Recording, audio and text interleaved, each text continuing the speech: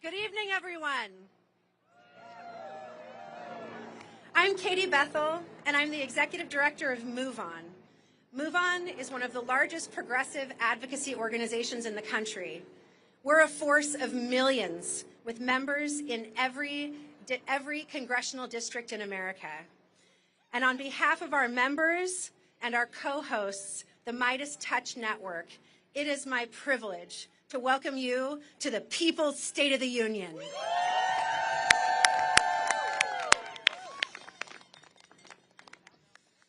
Some of you may know that giving a State of the Union address, or at least a report, is part of the job of the president. It's constitutionally required.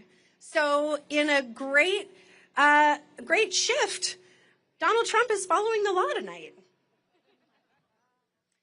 So why are we boycotting? Why are we boycotting the State of the Union?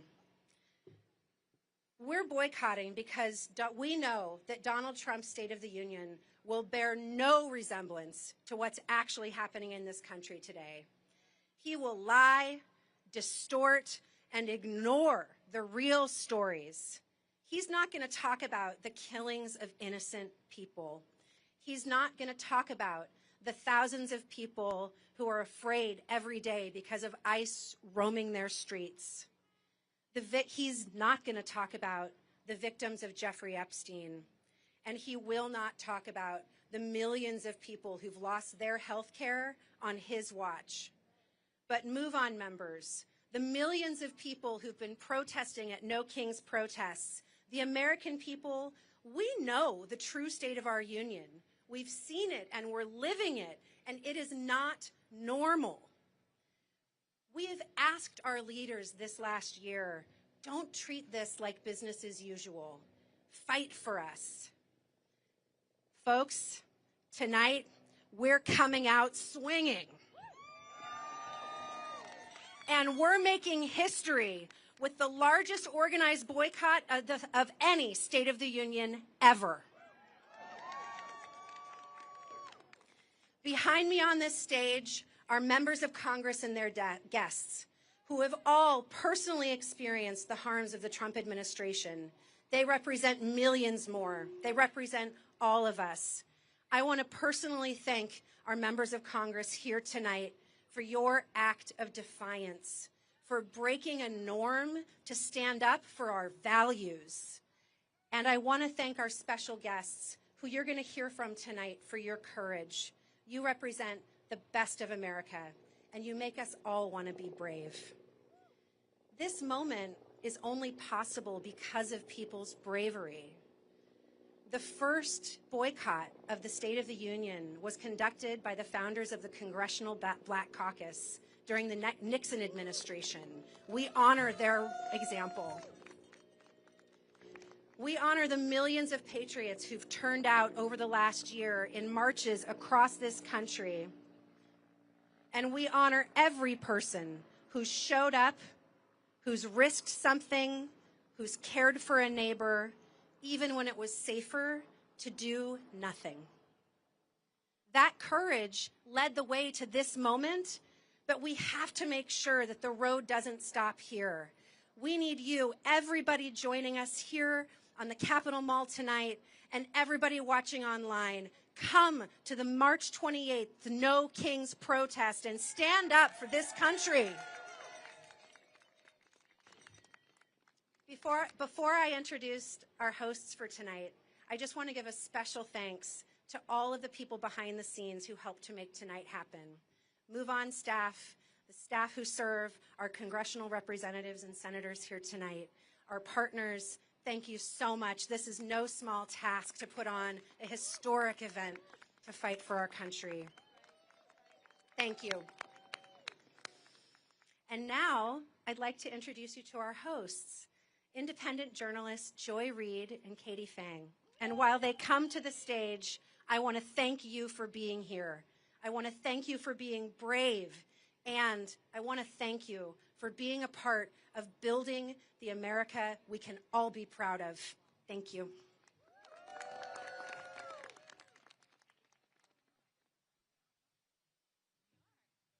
Welcome.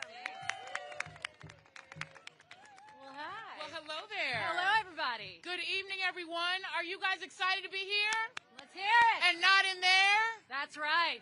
Come on, I am Joy Reid, host of The Joy Reid Show. And I'm Katie Fang, host of the Katie Fang News Channel. And we are both exes of the artist formerly known as MSNBC. We are so excited to be here. Please give one more round of applause to these members of Congress. Yes. Let's hear it. They had the courage to not be here. So, Katie, the reason that I am so excited to be here is that, as we just heard from the wonderful folks at Move On and Midas Touch, please give them a round of applause. Please. It takes courage to stand out. It does. And look, if you turn around and you look amongst us, it's not just the people that are here. It's hundreds of thousands, if not millions of people in the United States and across the world that are defending democracy, but they need the courage and the bravery of our members of Congress and our electeds to make sure that democracy is defended. Indeed. And so tonight we are not going to hear a false state of the union. We are going to hear the true state of our union from the people who are being impacted by the policies that are taking place at the hands of someone who has demonstrated no love for the Constitution, for the truth, or for the care and concern of the American people. It's much more important to hear what people are truly facing and going through. That's what you're going to hear tonight. The American people deserve the truth. They do not need more lies from this regime. So tonight you are going to hear people that have been impacted directly by the bullshit of this administration. Amen. And because I'm also a church girl. Sorry, Joy, for my language. Oh, no. I'm a cussing Christian, sis. It's all good. I'm a cussing Christian. But we want to start off this night by doing something that I think is so important, Katie. Please. And that is reclaiming the Christian voice from white Christian nationalism. That's right. Which not only threatens our freedom, but also threatens a very important faith throughout this world. Christianity is not what you have been sold by Project 2025. So right now, to do our invocation, meaning we're going to invoke the spirit of freedom, liberty, and justice, please put your hands together for the Reverend Paul Brandeis Rauschenbusch.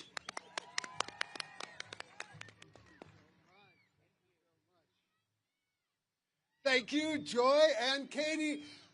Hello, everybody. Hello, America. Let me start by saying that my soul is so glad to be here with the People's State of the Union. I come to you as the president of Interfaith Alliance and as a Baptist minister with good news. We, the people, have the power. Is that good news?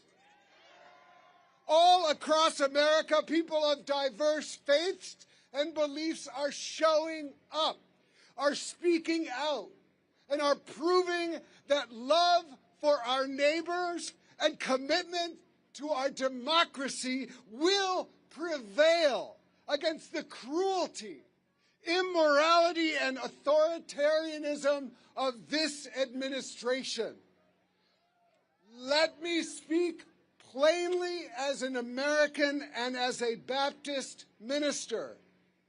The Trump administration is the most hostile to religious freedom in generations. They attack any religious leader or community not in lockstep with their political agenda.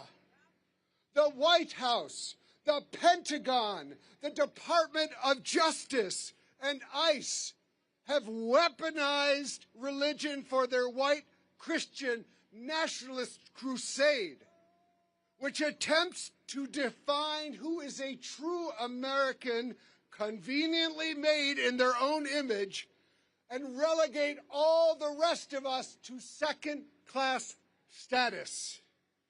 While President Lincoln famously prayed to be on God's side, Trump instead blasphemously boasts that God is in fact on his side. In Trump's mind, God is little more than a divine mascot for his political team. But enough about that unpopular man. Tonight we will focus and celebrate the people of America. Tonight we will recognize all those to whom harm has been done. But we will also give thanks for the brave witness of the faith and community leaders in Minnesota, in Chicago, in Charlotte, in Portland, and here in Washington, D.C., and in towns large and small everywhere across America who are standing up against the abuse and inhumanity of ICE. We give thanks for every single person around this country who has put their faith or values into action by resisting government-sanctioned cruelty with moral courage and solidarity with our neighbors from every background. We give thanks to God for the power and the promise of love and what Dr. King called the beloved community that is both coming and present now if we choose to make it real in our democracy. I believe we are in the midst of the next great awakening in America, a spiritual movement dedicated to creating a nation where every person has dignity and value, where every community and faith tradition is treated equally, and nobody gets left behind this time. We, the people, have the power out of many through love. May we be one. My friends, the spiritual state of our union is strong. So help us, God. Amen.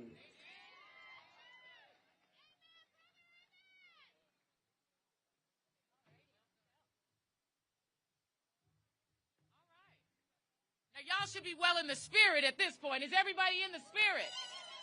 That's what I'm talking about. That's right. We're going to call the spirit of our ancestors to make sure that we do justice on tonight. And we are going to start with one of the true fighters in the United States Senate and his very important guest. So please put your hands together for Senator Chris Murphy and Vertex Ganjavi. Thank you. Good evening, America. I want you first to give a big round of applause to my guest, refugee and immigrant advocate from Connecticut, Vertex Ganjavi. Say hi to Vertex. Okay, so I am not at the State of the Union speech tonight because Donald Trump is making a mockery of this great institution, and he doesn't deserve an audience. I'm not at the State of the Union speech tonight because these are not normal times, and Democrats have to stop behaving normally. And I'm not at the State of the Union speech tonight because you're not going to hear about the State of the Union.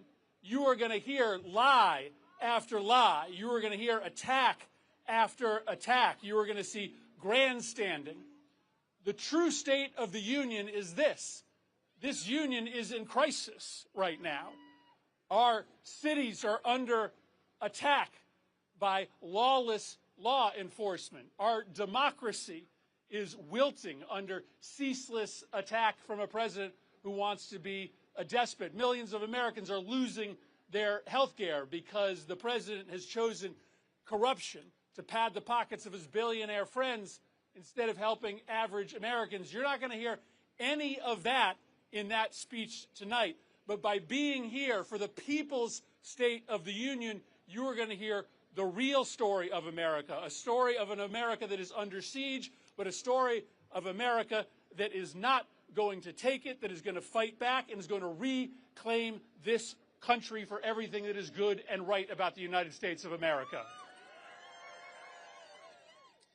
Vertex is going to talk to you tonight about the state of immigrant and refugee America. ICE is out of control.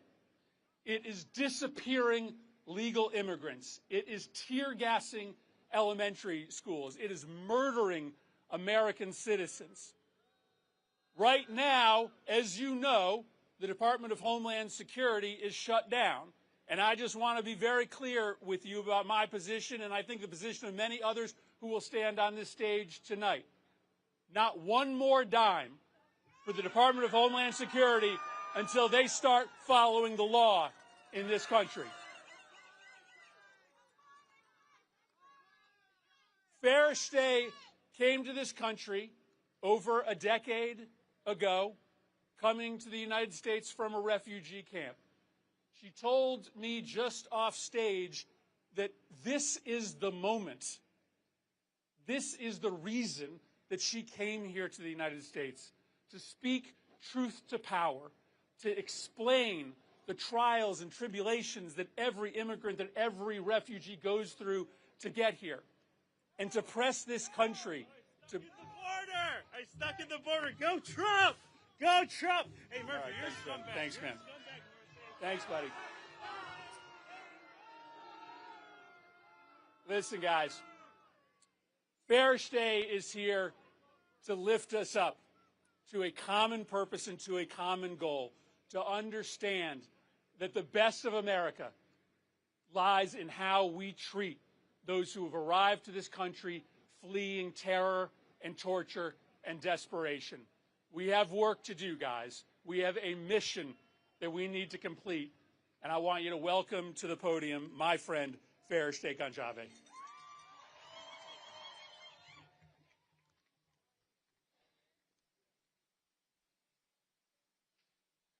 Good evening, everyone. Since arriving in the United States as a refugee in 2011, I have educated more than 7,000 refugees, especially women entering the workforce, now thriving as educator, health worker, and essential service providers, each becoming a lighthouse for others. Partnering with over 100 universities across the country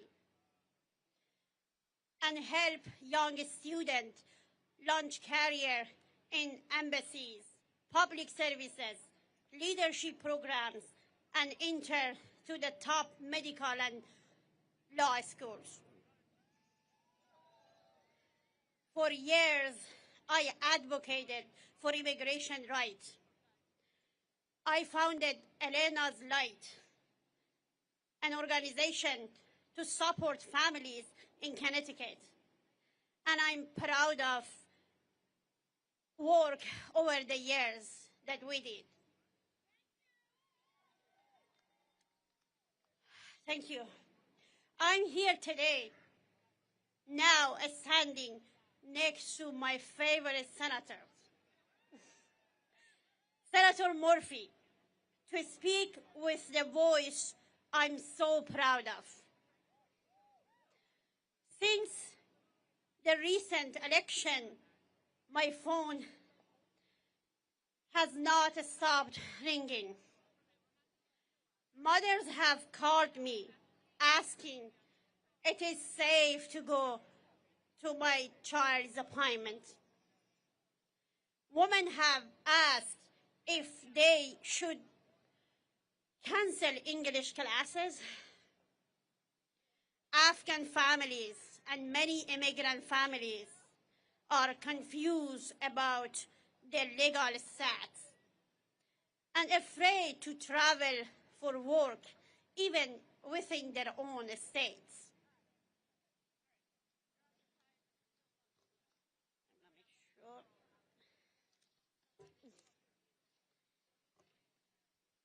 Fear is not abstract.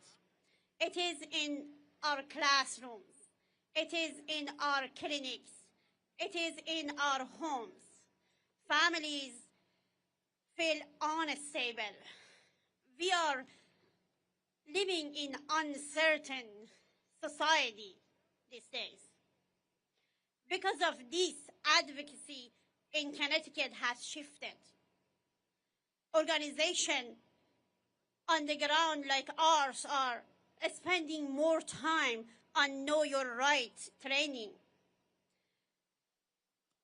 Policies are shifted quickly, and we must help families with rapid response needs. Preparing families with documentation for when their family members get kidnapped. And working closely with legal and health partners to support families struggling after Trump's healthcare cuts.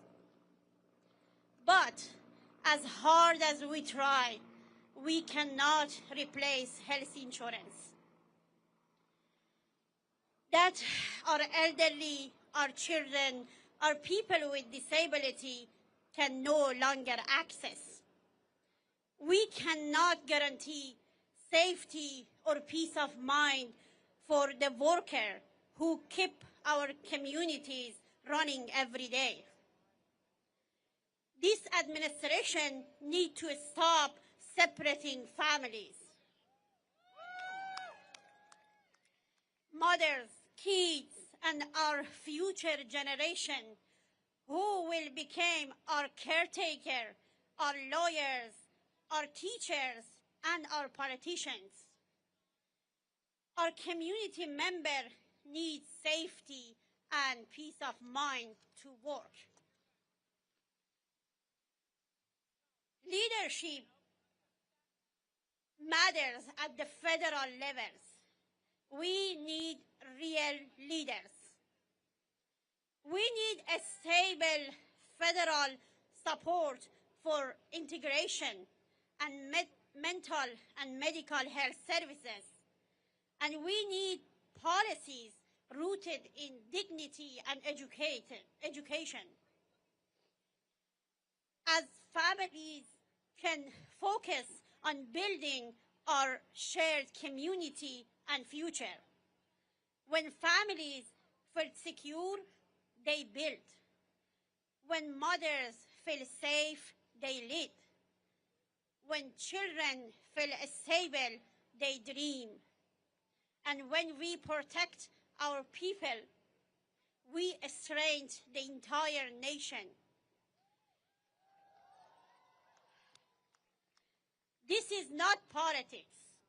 This is humanity. This is America.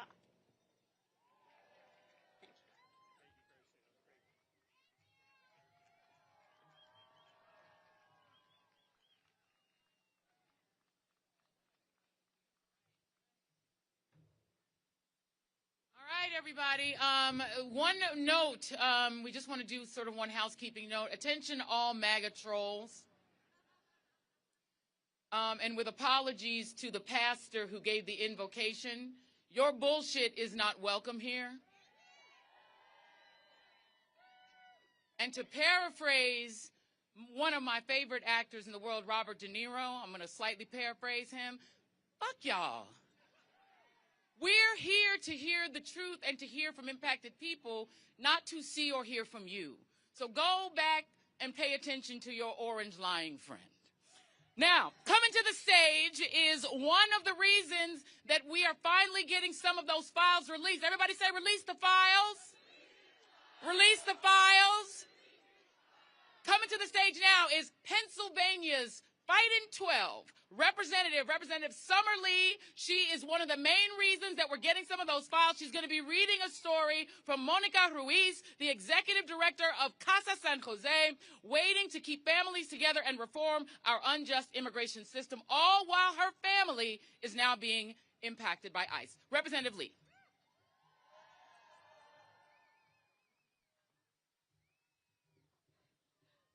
Whew. What a start to the evening. But good evening one way or another. I am Summer Lee representing Pennsylvania's 12th Congressional District, and I'm proud to stand here this evening with Move On, with organizers, with workers, and with everyday people who refuse to sit quietly while our country is pushed to the brink. Right now, Donald Trump is preparing to deliver his made-up version of the State of the Union. He's going to tell a familiar story tonight, that the economy is booming, that our communities are safer, and that America is stronger than it's ever been, all because of him.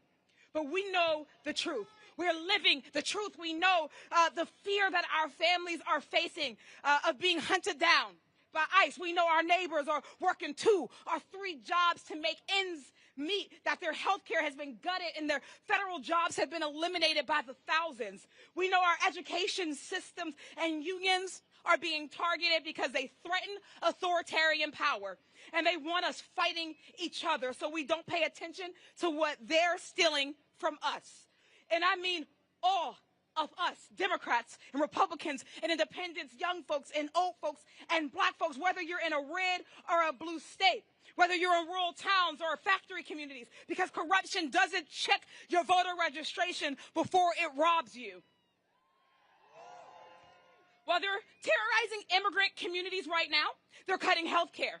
They're gutting worker protection. They're union busting. They're handing tax breaks to billionaires and sending the bill to the rest of us. That's the con.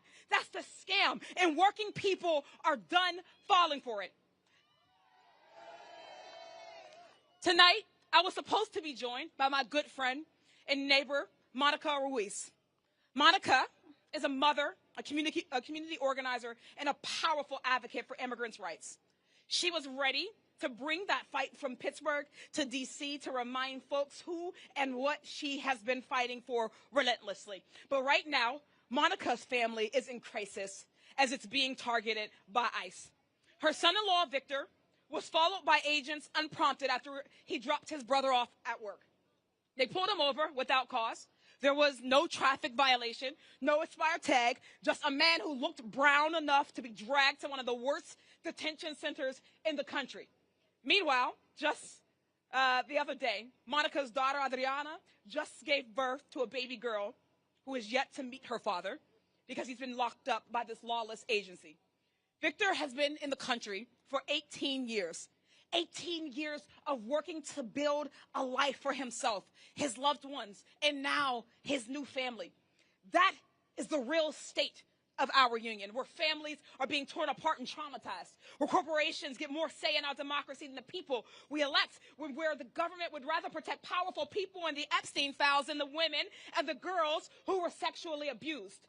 We live in a country where we have one reality for everyday people and another for the rich and the well-connected and the well-protected. We have to change that. We have to meet the moment with bold policies that level the playing field and deliver justice no matter how much money you have to your name. That's why earlier today, I announced that I'll be introducing articles of impeachment against Pam Bondi. Trump's DOJ continues to obstruct justice and refusing to comply with our subpoena to release the full, unredacted Epstein files. Bondi must be held accountable for that. And let's not forget, it was Trump who said it first, release the files. So we'll keep that call up no matter what. Because where I come from in Western Pennsylvania, we know what it means to be abandoned by politicians who make big promises and lie and deliver nothing. We know what it's like when the factories close, when the hospitals cut services, when the schools can't afford to teach, when the corporations are given permission to poison our water, our air, and our communities without consequences. And we know that no matter what language you speak, what zip code you live in, we all feel that pain, and we are all being squeezed by the same rigged system. So when Trump points the fingers at immigrants, or trans kids, or protesters, or journalists, understand what he's doing. He's trying to make sure we never point the finger where it belongs, at the billionaires and the corporations looting our economy, robbing our people, and buying our democracy right from under us. But here's the truth that they're afraid of. Working people are waking up. Across this country, folks are organizing, labor and their money. They're refusing to be silent in the face of authoritarianism. But we know fear is their weapon, but solidarity is our power. So tonight, while Trump paints his fantasy version of America, we're grounded in America, in reality, and we're building something better. In America, where we have Medicare for all, every job that pays a living wage, where no one fears being ripped away from their family. That is the America we're fighting for. And later tonight, I'll be delivering the Working Families Party response to the State of the Union, laying out exactly what it will take to build an economy and a democracy that works for all of us, not just the working few. So I'm asking you to stay engaged, stay fired up, and tune in tonight, because this is about building a movement that is big enough to defeat authoritarianism, to stand up to corporate power, and rooted in a simple belief that when working people come together across race, across geography, and across whatever lines they try to divide us by, we are unstoppable. So all power to the people, and thank you all for being with us tonight.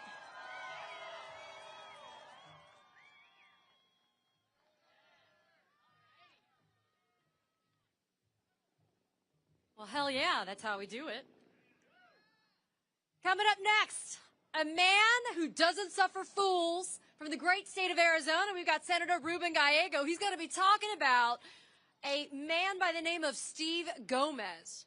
Steve is a father of 3 from Gilbert, Arizona, and for the last 5 years, Steve and his family have relied on the Affordable Care Act marketplace for their insurance.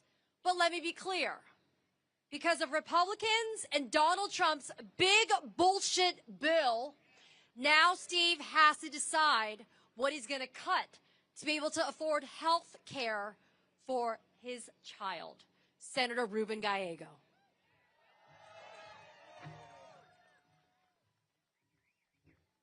Listen, you know how important this is? I'm from Arizona. This is cold.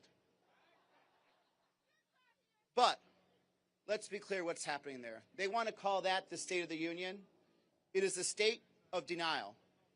Because what's going to happen under that Capitol is a bunch of lies. Lies that Donald Trump, the Republicans, are going to tell us about how great this country is doing right now. But what is true, what is happening right now, is that Donald Trump, the Republicans, have made this country sicker, poorer, and less secure. Sicker, poorer, and less secure. How did it start? As soon as they got in there, what did they do? They went and they cut Medicaid and they cut food stamps. Millions of Americans right now are without health care. The poorest of our country are trying to figure out how to make ends meet and how to pay for that grocery bill because they needed an extra $1 billion for their billionaire friends. And when they had whatever money they had left over, then they used it to hire the most amount of ICE agents, to have the massive amount of deportations we have now that are also targeting U.S. citizens, racial profiling Americans, arresting Latino veterans and telling them you are not part of this country and making them prove that they're Americans when nobody asked to prove our citizenship when they were sending us to war for this country. Sicker, poorer, and more secure. Less secure. Let me tell you what else. Every day, every American is trying to figure out how to buy food, how to pay rent, how to pay that mortgage, how to get a car, and this president has done nothing to help that. $1,000 per average every American has to pay for his tax increases. And now the corporations are going to get all their money back. Is every American going to get a refund for the $1,000 mistake that this president did? No. Not only that, he's going to double down. He's going to say, screw you, Supreme Court. I want to do 15% tax, and guess what? All of you Americans are going to pay for it. And now we have to figure out again, how are we going to pay for our rent? How are we going to pay for electricity? How are we going to actually pay for everyday food? We are poorer because of Donald Trump and the Republicans. Now let's talk about security. Let's talk about security. In 2 weeks, 2 Americans were gunned down by federal masked agents. In front of our eyes, in front of your eyes, and then they try to lie to you.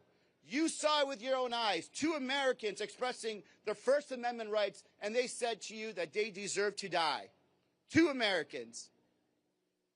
2,000 federal agents, masked federal agents, suppressing citizens in Minnesota, acting as if they are a military occupation. You do not military occupy anything in any part of this country. Those are U.S. citizens. They deserve the right to free speech. They deserve the right to say there's something wrong in my community. And they deserve the right to protect themselves and say, I will not stand for this. I will evoke my First Amendment rights and get out of my city. Let's be clear. No matter what they say, they are going to lie to you. And I'm not saying this just because I'm just another politician. I'm telling you because I have heard it. We talked about Steve Gomez. Steve Gomez wanted to do everything he could not to have to accept subsidies for his kids. He wants to provide. He wants to continue to have his personal business. He wants to be a responsible citizen. Now he has to make that decision. He has to make a decision right now. Will I continue to pay for this very expensive health care, or will I gamble? Will I pay for my health care, or will I pay the mortgage? That decision was forced upon him by an uncaring Republican administration, by an uncaring Trump, who only wants to find more and more money to give more and more tax cuts to the richest of the country that do not need it right now. They're making us sicker, poorer, and less secure. Let's change that, America. We are better than what is under that Capitol right now. We can make this country, again, the best country in the world, where everyone is richer, where everyone is more secure, and we are proud of everyday work that we can say that America is getting better, will be better, and will one day be the best. Thank you so much. Stay in the fight.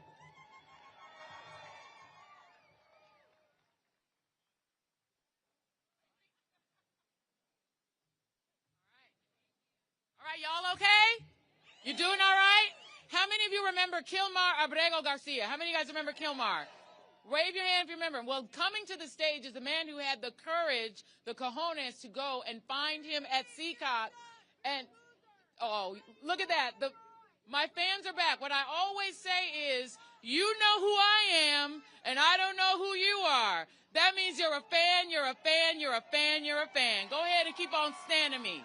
Keep on standing me, because I don't know who the hell you are, but you know me. Hallelujah. Keep on being my fan. Coming to the stage is the great Chris Van Hollen, Senator Chris Van Hollen of the great state of Maryland. He'll be joined by Jenna Norton, a public health scientist focused on health equity and data standards to improve health outcomes in kidney and urologic diseases. She was a lead organizer of the Bethesda Declaration, a whistleblower letter to the NIH director and members of Congress detailing this harm. In November 2025, she was placed on retaliatory administrative leave. So you're going to want to give her a major round of applause. Senator Van Hollen.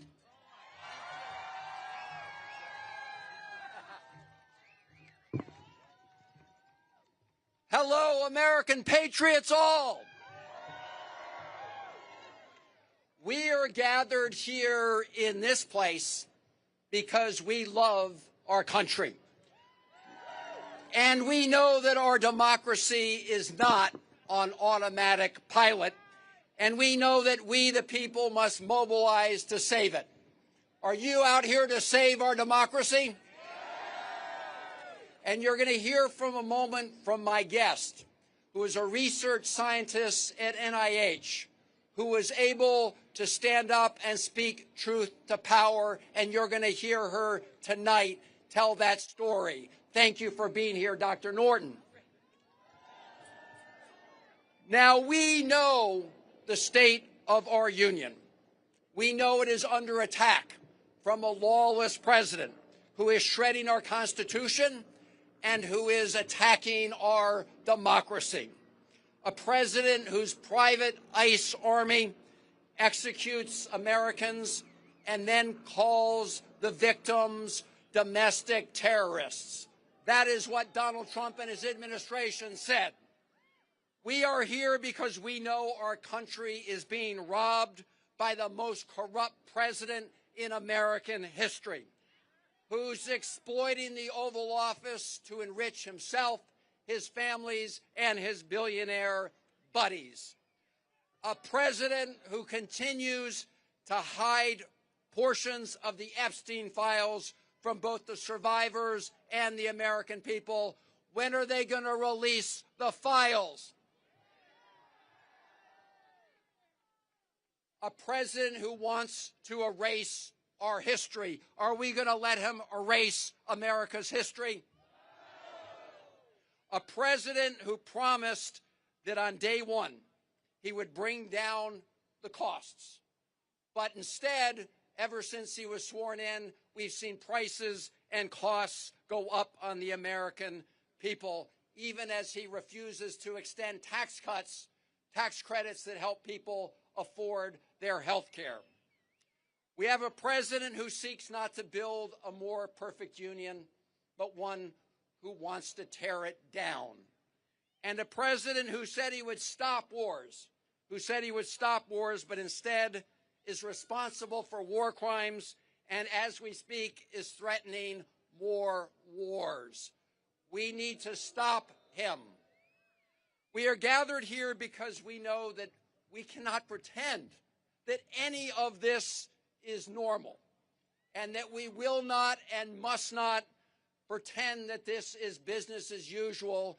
We must get in the way of Donald Trump's march toward fascism. We cannot take our country down that road.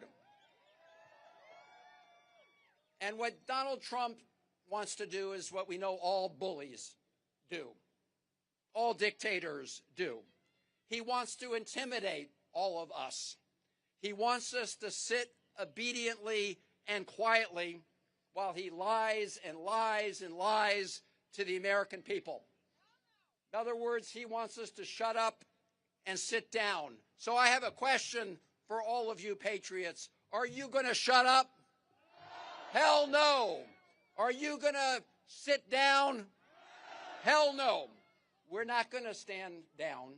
We're going to stand up just like the people in Minneapolis who have taken to the streets, who are blowing the whistle to protect their neighbors and to protect our Constitution, and who are getting in the way of the president's efforts to tear down our country. Now, look, we know Donald Trump is unpopular, and we know he knows he's unpopular. So tonight, right up that hill in the United States Capitol, he's going to pretend that he really wants to help working Americans. He's going to pretend that he does want to bring down those prices.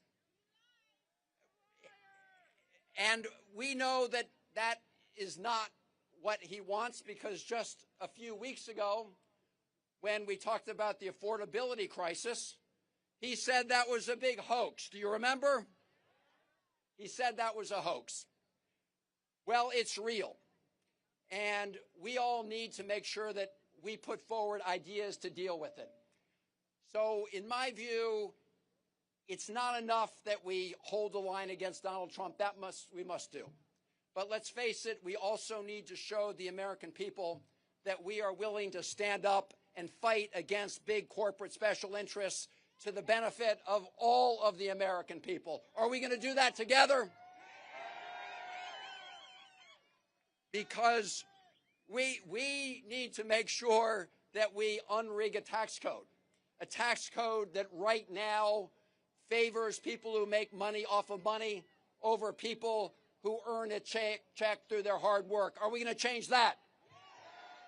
We need to make sure that all of you don't pay higher electric bills so data centers that are owned by the richest corporations on the planet can make more money. Are we going to make sure that your electricity bills don't go up for them? And we need to make sure that big oil and the biggest polluters don't pass on the check to all of us, because polluters should pay.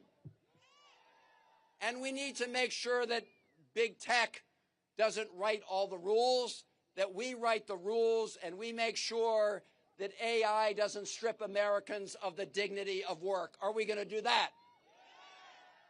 And we're going to make sure they can't snuff out the light on the Statue of Liberty. Are we right about that, my fellow Americans? So look, we have a lot of work to do. And I'm often asked by people, when's the cavalry coming?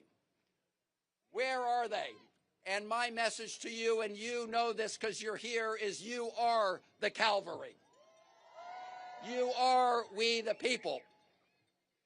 I know all of you remember that right after he was sworn in, Donald Trump began his unlawful assault on hardworking federal employees who work every day to deliver services to the American people.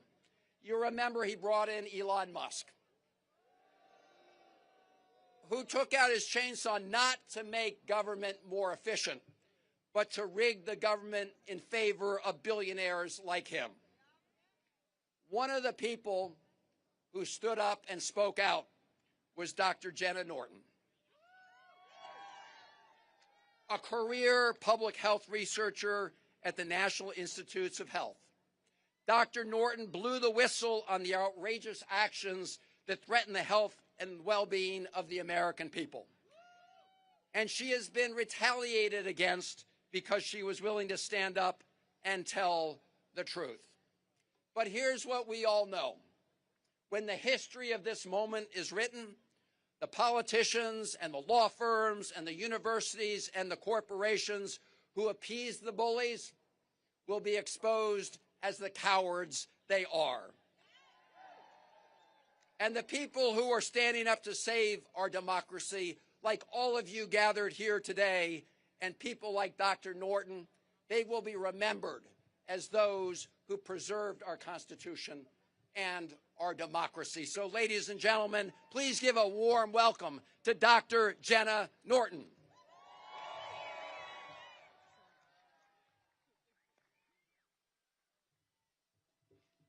Thank you, Senator Van Hollen. I'm so honored to be here today speaking up with so many other brave people in my personal capacity. As Senator Van Hollen noted, in November of 2025, I was placed on administrative leave from the job that I loved at the National Institutes of Health because I blew the whistle on the wrongdoing that I saw there. The Trump administration put research participants and public health at risk by a... Is that better? So, thank you, Senator Van Hollen, and thank you for letting me know that you couldn't hear me. I am very honored to be here today with all of the brave folks who have been speaking up, and I am here in my personal capacity.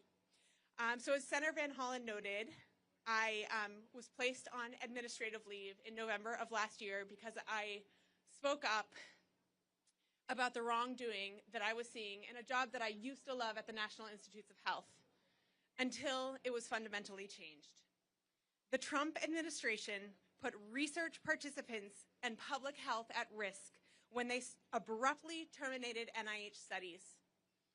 By halting these studies, they also wasted taxpayer resources. When you halt a study, a 5-year study, a $5 million study, 4 years in, you don't save $1 million, you waste $4 million. And they continue to this day to censor research in violation of the courts, erasing people from science who don't fit their vision. Black people, Hispanic people, immigrants, LGBTQ+ people, all Americans who deserve to have their unique research needs addressed. They are creating a science that serves the few instead of a science that serves all of us.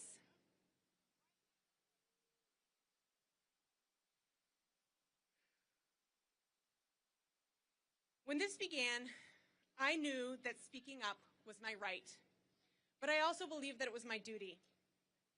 I first spoke up inside the National Institutes of Health, but when my concerns were not addressed by leadership at NIH, I felt that I had no choice but to join with hundreds of my colleagues at NIH to take those concerns to the public.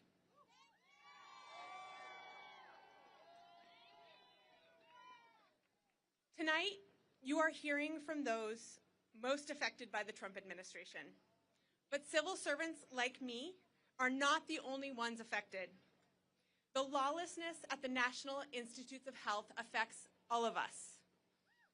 Last year, the Trump administration funded 24% fewer new research studies with about the same amount of money. That means fewer future cures for all of us. The Trump administration also funded 20% fewer early career researchers, creating a brain drain that will damage our economy and end American leadership in science exploration as our best and our brightest seek positions abroad. The Trump administration tried to silence us by putting me and other federal employees who have spoken up on retaliatory administrative leave. They do not want you to know how they are destroying your government, our government. But we will not stop speaking up. Let's get loud together. This is our country, and when we come together, we are powerful. Thank you.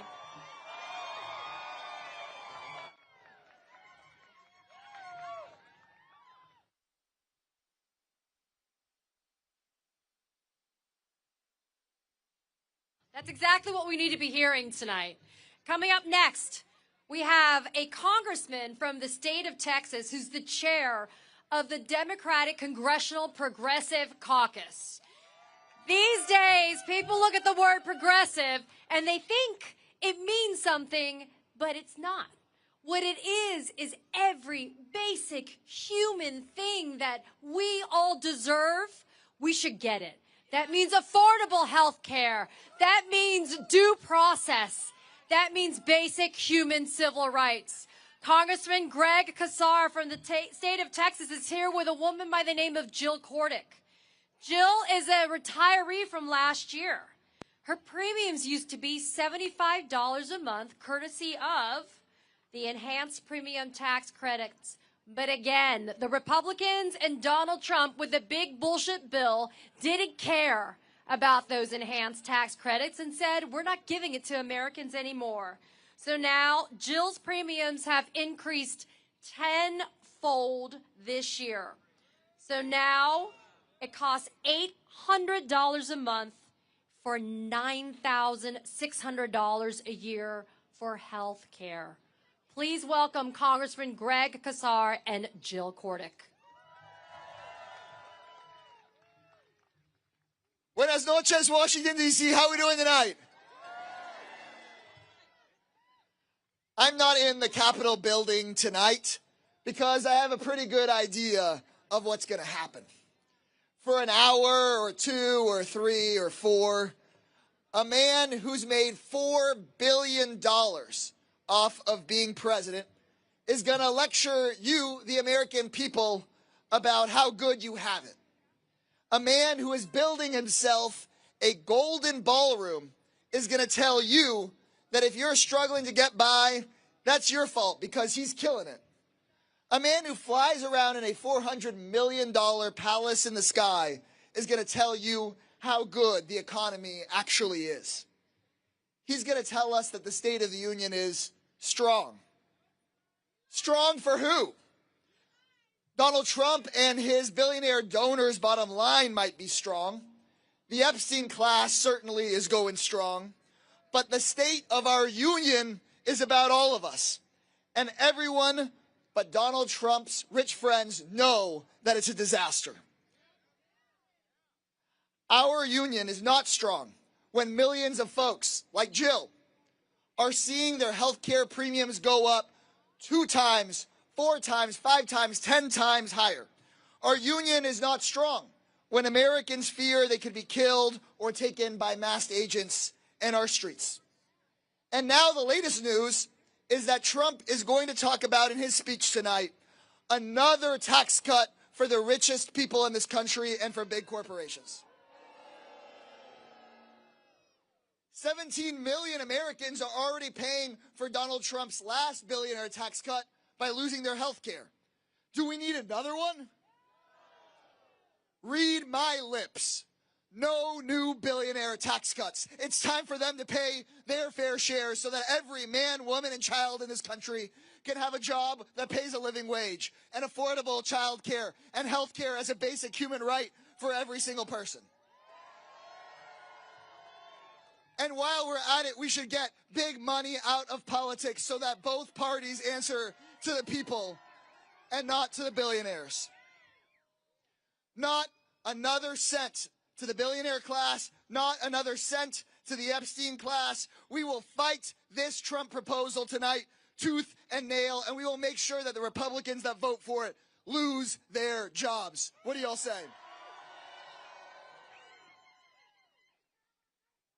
Y'all, we don't need to hear what Donald Trump says tonight because we see what he does. He steals from working Americans to give to the rich. Donald Trump doesn't owe us a 2-hour rambling speech. He owes the American people their money back. If he wants to help the American people, he should shut up and pay up and give every family the $1,700 that he took from them with his illegal tariffs. How about that? How about instead of giving us a rambling speech, he gives us the $4 billion back he took in bribes while he's been president this last year? How about instead of wasting our time in that Capitol, he gives us the $1 trillion back he gave in tax cuts to the 1%? But he's probably not going to give us that, so it's time for us to go and do it ourselves. Because I know things are bad, y'all. But here's the thing about the state of our union. We can change it. You know the phrase, we the people, in order to build a more perfect union. And this year, Americans have a chance to send Donald Trump a message about the kind of union we're going to build. Because next year, with all of our work and the work of Americans like those you're hearing from tonight, Trump will face a very different Congress. A Congress that does not bow down to him, but stands up to him and holds him and all of those criminals accountable. You gotta believe it. And that's gonna happen, not because of people in power, but because millions of brave, everyday Americans are speaking up about how they're getting screwed by Donald Trump. And I have the honor of being joined by one of them tonight. Please give a very loud, very warm welcome to Jill Cordick.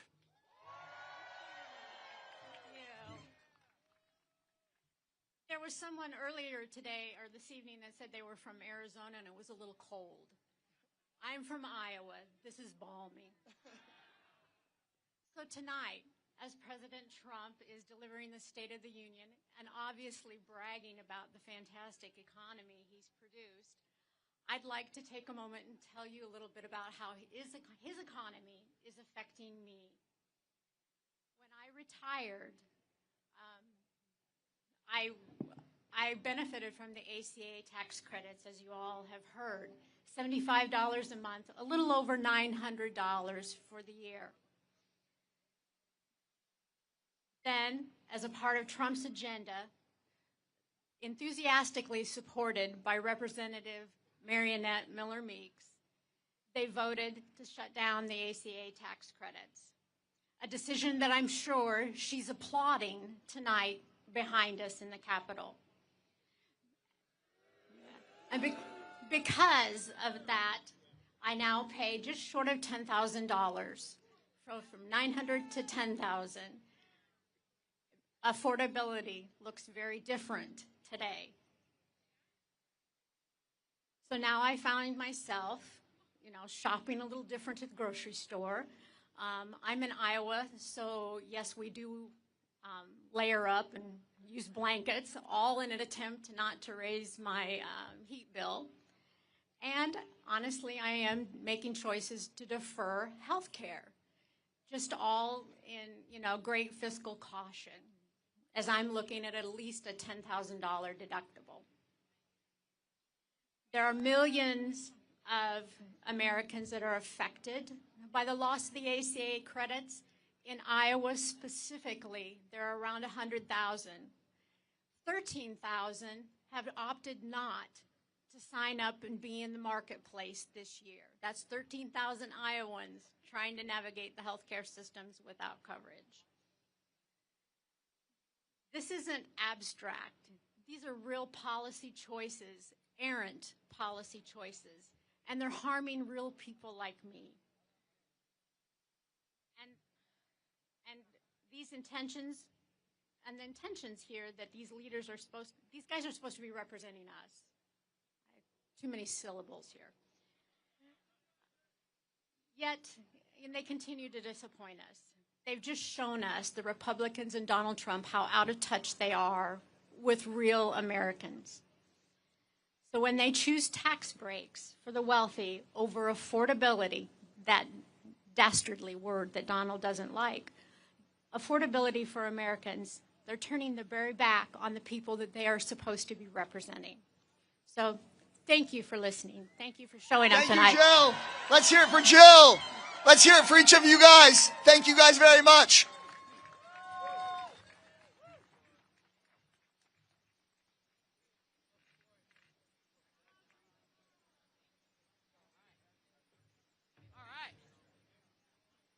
Thank you very much. I appreciate that.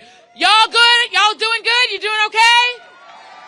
All right, wonderful. Coming to the stage. Now, this is going to be an incredible tag team. This is a dynamic duo. All of these have been dynamic duos tonight.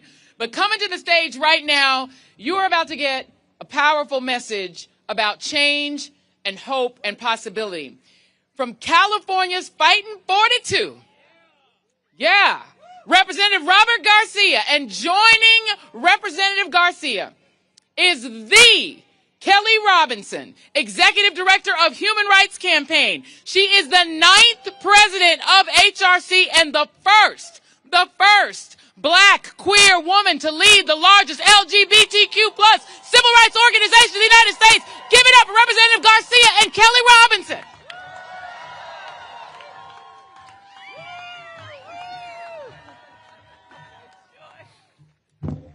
Hey everyone, how are we doing tonight? It is so great for both Kelly and I to be here with all of you, two proud members of the LGBTQ plus community who are proud to be standing tonight with the people at the People's State of the Union.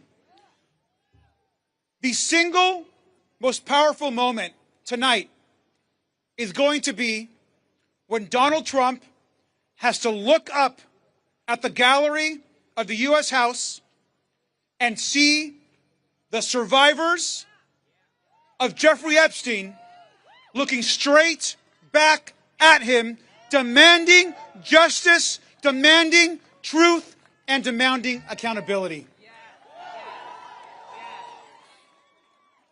We should be crystal clear about right now what is happening in our country. We have a president who is leading the single largest government cover-up in modern history. We have the single largest sex trafficking ring in modern history right now being covered up by Donald Trump and Pam Bondi in the Department of Justice. Why are we protecting powerful, wealthy men who have abused and raped women and children in this country? Why is our government protecting these men? At this very moment, in my place at the Capitol, is a woman named Annie Farmer. Annie and her sister Maria both endured horrific abuse by Jeffrey Epstein and Ghislaine Maxwell. As we move forward in this investigation, always center the survivors. We are going to get justice for the survivors. And Donald Trump may call this investigation a hoax. He may try to deflect our work. But our message to him is very clear, that our investigation is just getting started. And we will get justice for these survivors. And tonight, I am proud to be here with a true champion of equality, because at this very moment, not only has HRC and Kelly stood up for survivors and the victims of abuse, but they stand up for our community, for gay people, for trans people, for queer people that are being attacked and whose rights are being moved back every single day. So it is give a big welcome, and I'm proud to be here with the amazing Kelly Robinson. Yes. One more time for Congressman Garcia, y'all. Can we thank him for being out here with us for the People's State of the Union and not in there with those lies? Come on, y'all. Come on, y'all. This is what leadership looks like. This is what queer leadership looks like, too, okay? I'm Kelly Robinson. I'm proud to be president of the Human Rights Campaign. We are the largest LGBTQ+ civil rights organization in the world, 3.6 million members strong, and fighting every day. But today, I'm here for the people who are in same-sex marriages or are worried about their families. I'm here for the parents that are tossing and turning at night over the safety of their queer youth. I'm here for every trans kid that just wants to feel seen, valued, and loved. I'm here for every trans person that's been kicked out of our military and every person living with HIV that's denied their PrEP medication. I'm here for our community tonight. Because I gotta remind this country that lesbian, gay, bi, trans, and queer people, we've always been here and we're not going anywhere. This is our country too. This is our country too. We have paid for it in funerals, in freedom songs, in court cases, in classroom battles. When I say this is our country, I'm saying it with my whole chest. And once again, we are here to defend what is ours. Because my friends, these are not ordinary times. There's nothing ordinary about this president removing the pride flag from Stonewall. There's nothing ordinary about them cutting billions of dollars from HIV prevention and throwing it into building more ICE detention facilities. We need health care. We need food. We don't need mass incarceration. And there's certainly nothing ordinary about this government murdering United States citizens. Renee Good should still be alive. Alex Preddy should still be alive. Ruben Ray Martinez, Dr. Linda, Keith Porter Jr., and all the other people who died in ICE custody should still be alive. These right here are serious times that require serious leadership. And if that leadership isn't going to come from the White House, it's sure as hell going to come from people like us, gathered like this to create change and fight for freedom and not give up on our country. Isn't that right? So I want to say this. I pray that one day my children will grow up in a world where they feel just as safe surrounded by the American flag as they do when they are surrounded by pride flags. And the only way that that day will come is if we show out and vote this November. If we talk to our neighbors about things that matter. If we don't give up on one another and don't give up on this country. And I'm reminded by the words of the great Ella Baker, y'all. She said, "We who believe in freedom cannot rest. We who believe in freedom cannot rest. We who believe in freedom cannot rest." And I'm not going to rest while our immigrant neighbors are under attack.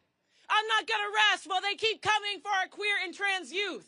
I'm not going to rest while they try to unravel our democracy. Are you going to rest? Are you going to fight? Are you going to vote? Then let's do the work and let's get free, y'all.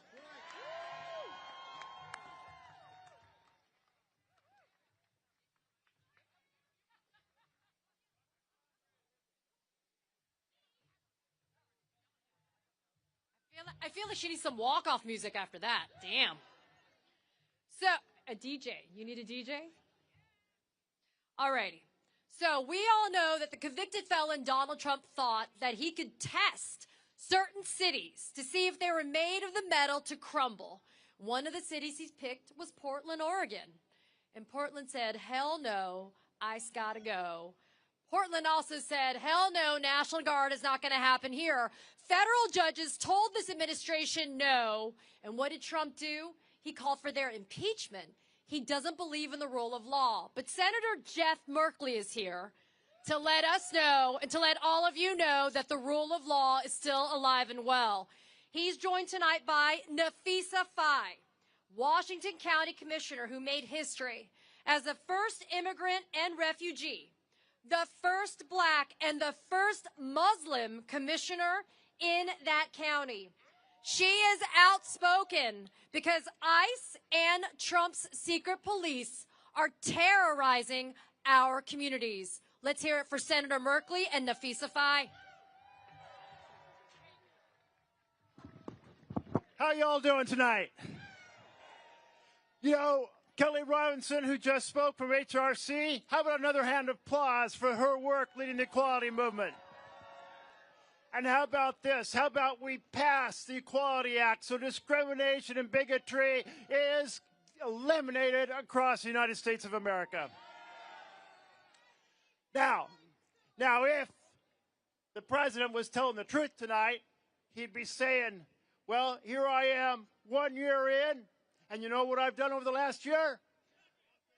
Made the billionaires a lot richer and everyone else sicker and poorer. Is that the kind of America we want? You know, it's pretty incredible to see really the damage that can be done by a leader like Donald Trump. And part of that damage is undermining the very core of our Constitution, the checks and balances of our Constitution. And he has really had a 10-part plan to be able to do that. And one of those parts of the plan, an incredibly dangerous plan, are troops in the street. It means federalizing the National Guard. So we're going to stop that? It means he wants to send the military out and surround the polling place in November. Are we going to allow that to happen? It means ICE operating as secret police. And I can tell you this, I never thought we'd see secret police here in the United States of America. I mean, you read about it at some other country, about people who have no badges. They show up in an unmarked van, they have no judicial warrant, they knock down the doors, they grab people out of the house, they grab people out of the car, they proceed to disappear them, they don't let them reach an attorney, they don't let them reach family. Folks, we have secret police right now in the United States of America, and we've got to end it. And perhaps the most dangerous part of his 10-part plan is rigging the next election. Have you heard about this thing called the SAVE Act? What he means by save is he wants to save his authoritarian control and turn the presidency into a kingship. Are we going to let that happen? Yeah, the SAVE Act would say, well, we're going to take folks who generally might vote for the blue side and make it hard to register to vote. We're going to make it hard to actually vote. We're going to make it hard to do vote by mail. We're going to make it hard for women who have changed their name when they got married, or men who changed their name when they got married, doesn't match their birth certificate, make it difficult for them to vote. You know what? I think if you really believe in the Constitution of the United States of America, you want every single citizen to be at the ballot and able to cast their vote for how the direction of this country goes. So tonight, I am really pleased to introduce my guest, Nafisa Faye. Nafisa has broken a lot of boundaries. She came to the United States of America as a Somali refuge. She became a leader in her community, not just her Somali community, but her Washington County community. She proceeded to get elected to the county commission and to be a real fighter for the fundamentals for families to thrive, for health care, for housing, for education, for good paying jobs. And you know what? I want to say this. When the president and his team attack any group resident in the United States, let's stand by their side. When he attacks our Muslim Americans, let's stand with our Muslim Americans. When he attacks our Hispanic Americans, let's stand with our Hispanic Americans. When he attacks our Somali Americans, let's stand with our Somali Americans. Together, we are virtually all immigrants. Let's together make this nation stronger, embrace each other's talents. I say hell yes to diversity. I say hell yes to equity. I say hell yes to inclusion. And here is a champion doing the hard work at the county level, Nafisa Faye. Let's give her a big welcome.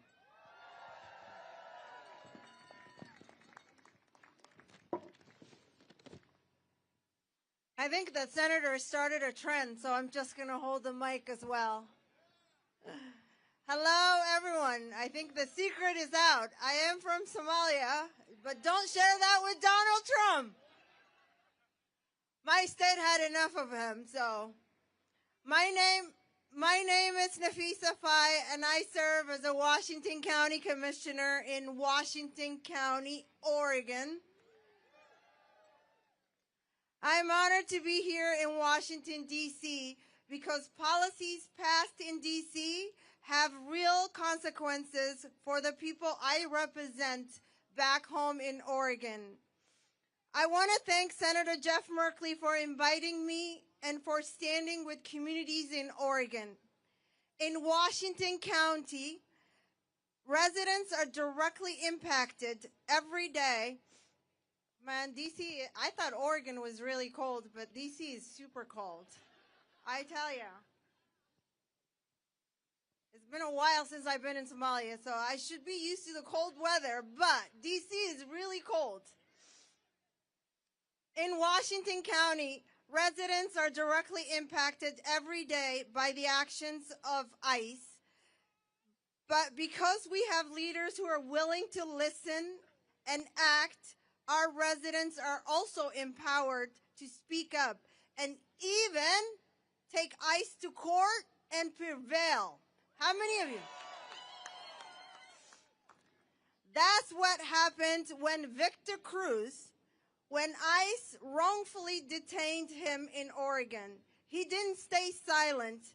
With legal support and community backing, he challenged that detention in court and won. His case didn't just change his life, it improved protection for others in Oregon as well. And then there is Paulino Martin San Pedro. After being detained by ICE, he became seriously ill, was deported, and later died in Mexico. His family and community are still living with that loss. His story is a painful reminder of the human cost when enforcement ignores dignity and due process. These stories matter because they show what's at stake and what's possible.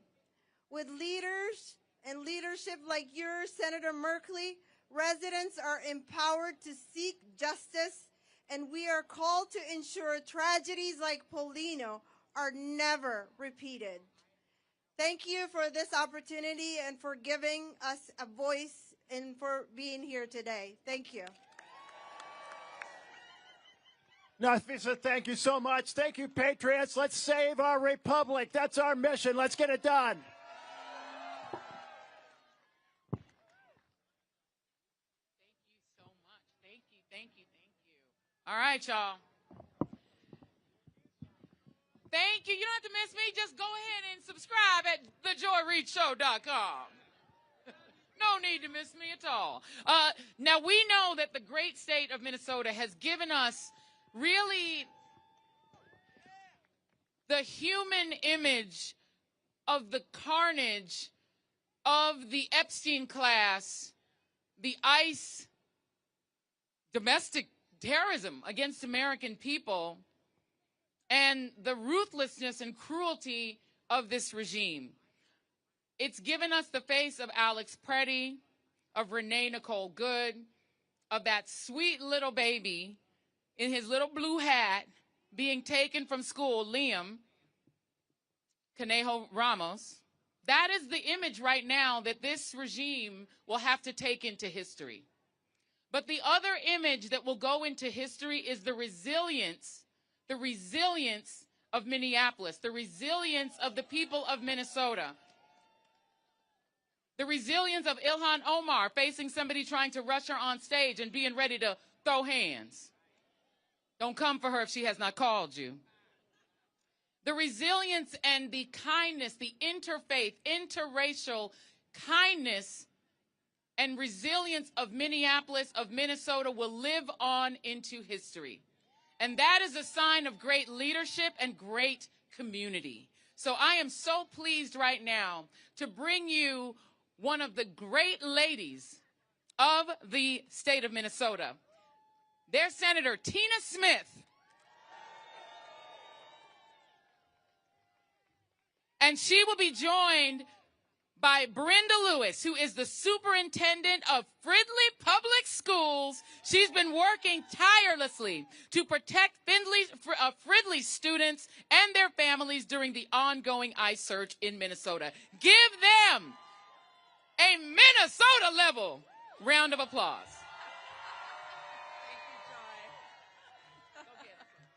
Good evening, everyone.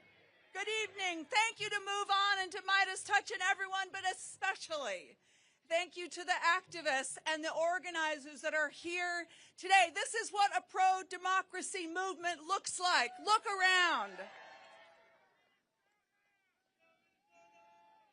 And back behind me here is the United States Capitol. And inside that Capitol, I gotta say, I'm so glad I am out here with all of you instead of inside that Capitol right now. Inside the Capitol, Donald Trump is lying about the state of this nation. He is using division to drive us apart, to make us think that we are not one nation, one community. And that is why we are all gathered here today, because we are against the chaos and the corruption that he is spouting back there in that most precious capital of ours. But tonight, we are outside, and I'm here to tell you, this feels like resistance weather to me. Because we want to tell the real story about what is happening in this country, what is really, really going on. And we're here to offer an alternative that is not about sticking up for the billionaires. It is about fighting for the working, the hard-working people in this country. And that is why I am so grateful to be here with my special guest today, Brenda Lewis. Give it up, Tal. Thank you, Brenda, for being here. Brenda is an educator. She was the superintendent of the Fridley Public Schools. This is a district of about 2,800 students. It is very, very diverse. It's a suburb of Minneapolis and St. Paul. And when ICE came to Minnesota, Brenda sprang into action. I'm here to tell you folks, she is a badass. Now you've seen the searing images of what has happened in my state, in our country. People who have been arrested and detained and assaulted. The killing of Alex Preddy and Renee Good.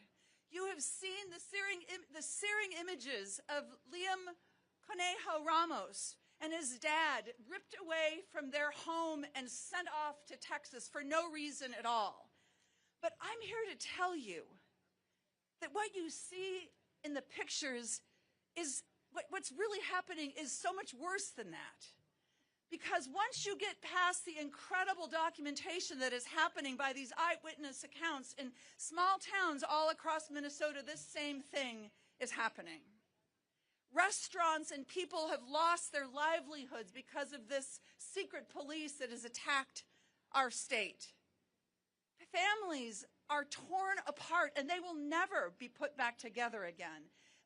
The pain and the suffering and the damage is going to last for a very, very long time. And this is what Donald Trump and Kristi Noem are doing to us right now. But we have seen something else in Minnesota. When they brought guns, we had whistles. People came out in their neighborhood and they stood up for people that they didn't even know. They brought diapers and they helped get prescriptions to families. They gathered together just out of the pure love of their neighbors, even the neighbors that they did not know.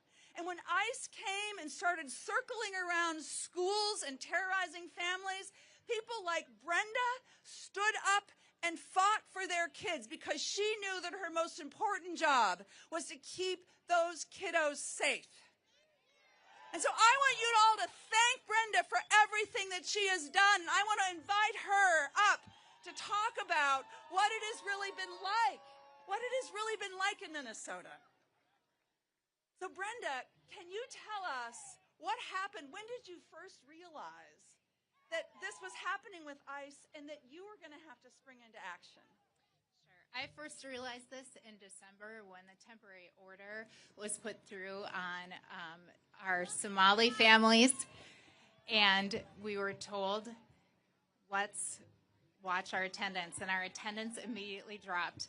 Then, the day after the Renee Good murder, we had more than a third of our students absent, and that's when it began. And at that time, we thought we had seen the worst. And I'm about to share with you tonight a story that happened that covers a 10-minute period of time on a morning. I woke up that morning a little bit optimistic, and we learned that 700 ICE agents were leaving Minnesota immediately. Little glimmer of hope. Our second glimmer of hope, our lawsuit to keep ICE out of Minnesota schools, was trending really well in the media. That morning on patrol, all of a sudden, I got a call saying there are 6 vehicles up and down, up and down, up and down, right outside of one of our elementary schools. They were then in a roundabout preventing our children from crossing to come to school. They were yelling and screaming at our crossing guards. Then our principal was trying to help and trying to keep our students safe. And 4 ICE agents posing as press with orange upper bicep bands were yelling and screaming at her and videoing her. Then a mother was followed who is legally in the United States by 2 vehicles full of ICE agents, and she had to pull into our school so that she wouldn't be hurt. A board member was followed by ICE agents with a 3-year-old in the back of her car. This is just a 10-minute period one day. On one morning at an elementary school welcome. So think about that. Brenda and her educators should be figuring out how our children can be learning. And instead, they are pressed into this relentless effort to keep our children safe. But I want you to think, as I wrap here, about where the power is right now. The power is with people like Brenda. The power is with people like you and people like you all over this country. The power does not come from the United States Capitol. The power comes to the United States Capitol from all of you. And that is the work that we have ahead of us. That is the work before us. So thank you all so very, very much for being here to talk about what the people want to see in this country right now. And it is not what Donald Trump is talking about right behind us. So thank you all so very, very much. Thank you.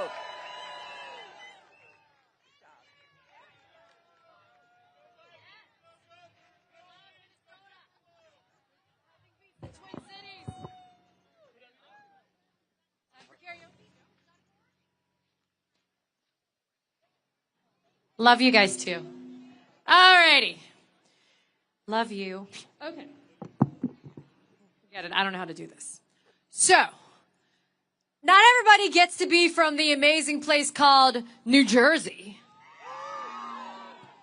But they do have some pretty cool people like Congresswoman Bonnie Watson-Coleman. You know what she just did? She just introduced legislation to stop the bullshit of immigration arrests while people are going to court. Right? Because it never was about getting the quote-unquote illegal aliens. It was never about getting the quote-unquote criminal element out. It was making sure that we got rid of the people that didn't look like us. And that is what this administration is all about. So Congresswoman Bonnie Watson-Coleman says we're not doing that anymore in our courthouses. She's joined today by Nedia Morsi, the director of Make the Road New Jersey, one of the most fantastic community organizations in the state of New Jersey that is focusing on our communities of color. Please welcome them to the stage now.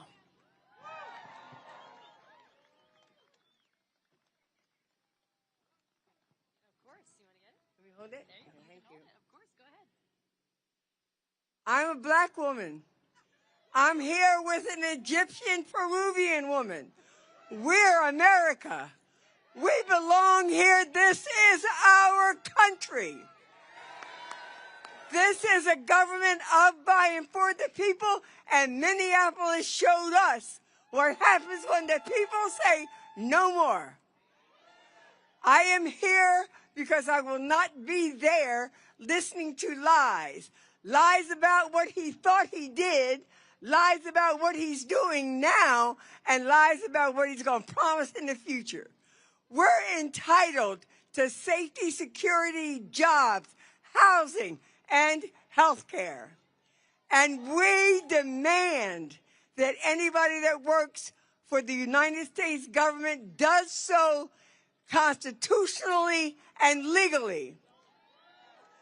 So I got a special guest tonight for you because they're gearing up in New Jersey now. But New Jersey is gearing up for ICE. We want you to know that we're going to be ready when you come here. So you think you saw something in Minneapolis? You come to New Jersey. We may be small, but we're freaking mighty. I want to give Nettie an opportunity to talk to you about how we organize, get ready, and take care of one another. Give her a big round of applause so she's encouraged to come before you. Thank you, Bonnie. I'm going to ask if folks can repeat after me. I am somebody. And I deserve full equality here and now. With your chest. I am somebody. And I deserve full equality here and now. First, thank you to Congresswoman for the invitation tonight. Thank you for your service. A powerful example of a woman grounded in her purpose. My name is Nadia Morsi, and I'm the director of Make the Road Action New Jersey. And I'm here tonight on behalf of our nearly 7,000 working class and immigrant members across the beautiful state of New Jersey. This administration is one of the most violent and dangerous this country has ever seen. It was the Sunday after the inauguration around 10 o'clock in the morning when we had begun to receive calls from members further down on South Broad Street in Elizabeth, New Jersey, that ICE was knocking doors and entering businesses. I remember when I got to South Broad, it was a ghost town. The bodega was closed, the T-Mobile was closed, the bakery was closed. The videos of what happened that morning started to circulate in WhatsApp chats and Facebook groups. I called the same members who had called me, who I knew lived near South Broad. And we came together and we split up to knock on doors with Know Your Rights materials and to invite community members to our centers. That's how you start. You just start. You set up a phone tree to check up on fellow Elizabeth members throughout the city, and we organized a town hall the following evening. More than 300 people attended with less than 20 hours notice. What we came to see, what we always come to learn, is that people are searching for community. And we kept that way, shocked but organizing in shock, reminding ourselves that our liberation is not found in any administration, but in our collective efforts. When the outcome of our fight has never been more important, I can say that the union is strong if we remain strong. Every day, I choose to organize, and every day, hundreds of thousands of people across America choose the same. And together, even in the midst of so much violence, we will win. Trump is making cuts to healthcare to funnel billions to ICE to build concentration camps in our backyards. They're using commercial warehouses that have been converted into concentration camps with floor maps that look like slave ships. Concentration camps where they're holding children and adults who have been kidnapped, citizen or not, for the crime of being black or brown or poor or Palestinian. In Roxbury, New Jersey, in Social Circle, Georgia, in San Antonio, Texas, in Surprise, Arizona. All across the country, in all of our backyards, fascism is rampant. And we have to ask ourselves the question, who are the puppet masters? They are the billionaires standing behind Donald Trump, pulling the strings. And these billionaires, they have names. Peter Thiel, Alex Karp, Elon Musk, and many more. Corporations like Palantir are beta testing their mass surveillance systems on immigrants, and they are helping the administration compile data on U.S. residents across every government agency, including the IRS and law enforcement. They won't stop until they build an algorithmic surveillance where they profit on all of us. In the face of such blatant greed and hatred, The American people couldn't be more clear.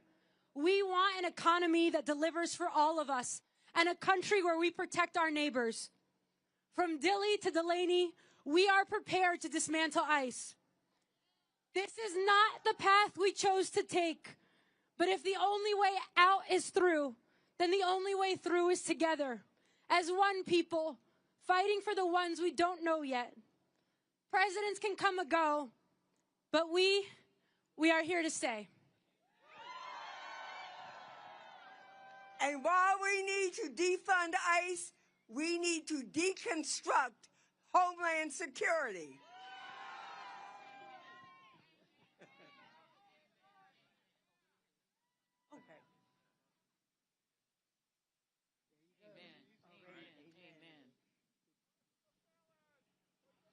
Let me get another round of applause for those queens.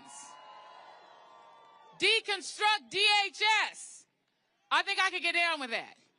If the funding runs out, I'm not sure it should come back. I realize Kash Patel needs to go to Italy on occasion for fun vacations to hang out with the hockey team on our dime. I realize that he likes to use the private jet and that deconstructing and defunding DHS would interrupt the fun that he's having on our dime. But I think it's worth it. Make him buy a regular ticket on an airline like the rest of us. Coming to the stage. Now, I want you all to say after me, all right? Say, okay. Say, you said that. Say, you did that. All right? Okay. You said that. Oh, I know you didn't say that. The next person that I'm bringing to the stage made that kind of call and response normalized in Congress. The greatest hype woman any member ever had. The woman who's going to let you know when you said it and let you know when you failed to say it. The lady who is standing up for the Epstein survivors like nobody else. Coming to the stage from the great state of California, California's Fighting 37, Representative Sydney Kamlager Dum. Give her a round of applause. Give it up for Joy Reid, y'all. My hype women, how are you all tonight? It is a little cold. I am from Chicago, but it's still cold. So I don't know about you, but my mother has always told me, don't let nobody come up in your house and disrespect you. Now, unfortunately, I share my house with Speaker Johnson. Exactly. And he's got somebody up in my house disrespecting all of us. So I decided that I would hang out with my people, with the people, with all of us, the people who have been in the streets day after day demanding better from our government. But in my stead, I sent a survivor, Jenna Lisa Jones, who at the age of 14 endured something that no child should have to. And she sent some words for me to share with you. As a survivor of the abuse and exploitation connected to Jeffrey Epstein, this invitation means far more to me than simply attending a historic address. It represents recognition that survivors' voices matter, that our experiences are not invisible, and that our resilience deserves to be seen and acknowledged in the very spaces where our nation's future is shaped. Moments like this remind me that we are not alone, that our stories have meaning, and that there are leaders who are willing to stand with us. I met and hung out with Jenna Lisa today.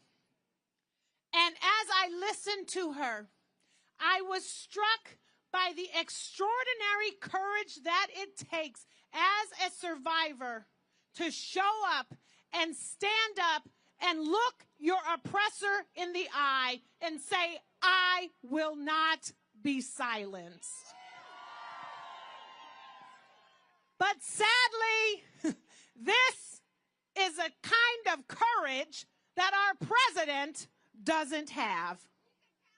So as Donald Trump delivers his address and sees Jenna Lisa and her fellow survivors in the audience, he will be reminded what true leadership looks like. And it is not measured by applause from sycophants. It is measured by whether or not you stand by your word to fight against injustice, or whether you want to shield the folks who should be held accountable. But enough about Trump. I'm so tired of talking about this small man who is not worth any of our time. Because this People's State of the Union is not about him. It's about us. And what is worth our time, our commitment, our work. And y'all, let me tell you, up until November and for the next couple of years, it will be a lot of work. But what is worth our time is the future that we want to build. Every single one of us wants an America as good as her promise. And each of our dreams are different. That's what makes diversity so amazing. But there are some fundamentals, y'all, that are just non-negotiable. We have to take on the corporations and the monopolies that are squeezing every dollar out of our pockets and making us poorer. We have got to lower the cost of health care and everyday necessities. Nobody should be forced to make a decision about if they are going to pay the rent or stay alive. We have got to make the dream of home ownership real. It is not if you try to dream and work to own a home that it costs you a future and limits your future instead of allowing you to build a future. And we have got to build an education system that opens the doors for all of our young people rather than shutting them down and burying them in student loan debt. And yes, we need an immigration system that lives up to the founding ideals of this country. Diversity is not the threat. It is the very source of who we are as a nation, y'all. And we have to empower our cities, our rural communities with the resources they need to solve 21st and 22nd century problems. And above all, we must, and if you don't know it by now, then you have not been paying attention, but we must save and protect and defend and make more righteous our democracy. Because without it, absolutely none of this is possible. This weekend, I was back home in California in my district, and I was talking to one of my constituents, May. And May said, I want to be able to trust my government again. I want elected officials who will be honest with me. I want to see courage. And real talk, y'all, we have a government that is working harder to harm us than help us. Real talk, we have a government right now where justice goes to the highest bidder and the lowest kneeler. And that is not what we've signed up for, and that's not what we deserve. It is time. It is wait time. It is past time in Black History Month and every other month of the year, y'all. It is time for the moral goodness of this country to match our economic might. For our leaders to put people over profits, compassion over cruelty, and equity over evil. This is our country. This is our moment. And just like Jenna Lisa said, we will not be silenced. The People's State of the Union starts tonight, and we're going to keep it going every day of the week through November and to the end of this man's term until we get the country that we deserve. Thank you so much.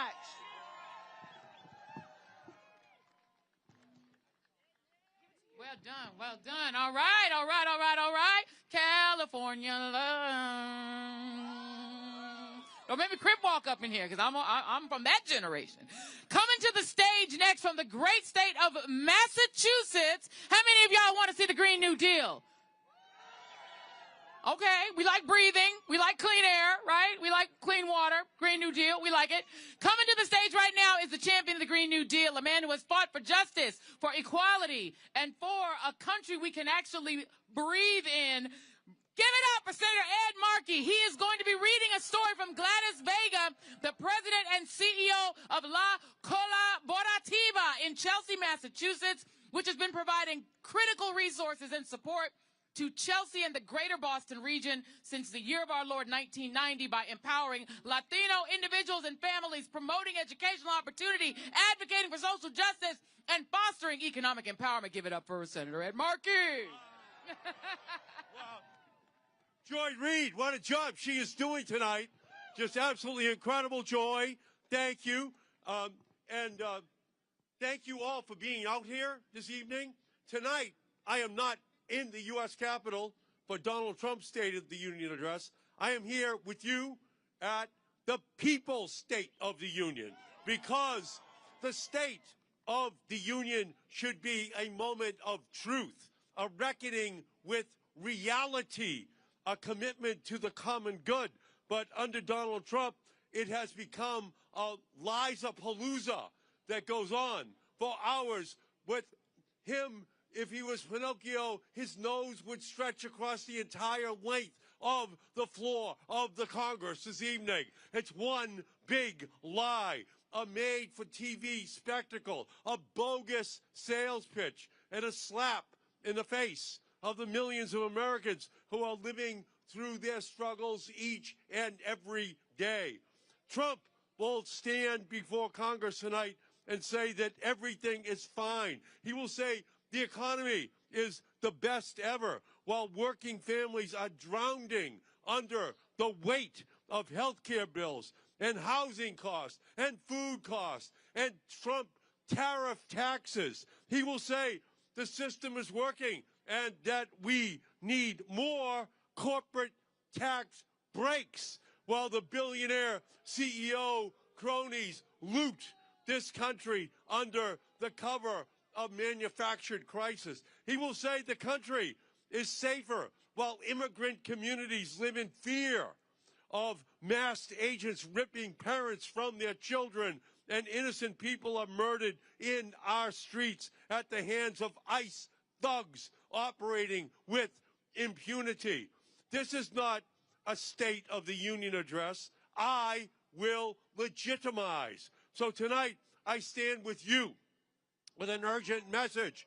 We cannot agonize. We must organize against Donald Trump in 2026. And we must fight back because Donald Trump is doing to our country, and it is something that cannot be allowed to continue.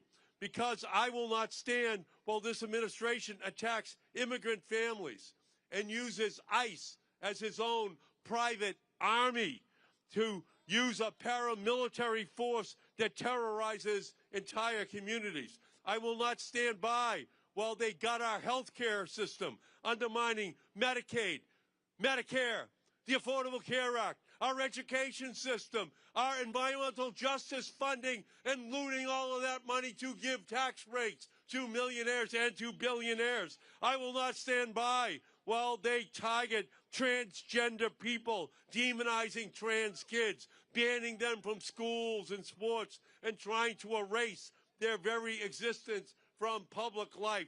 Trans rights are human rights. They cannot be trampled. I will not stand by while they roll back civil rights protections, undermine reproductive freedom, rig our tax code so that billionaires pay less while the rest pay more. Every time I vote against a Trump nominee or a Trump budget, I draw a line for you.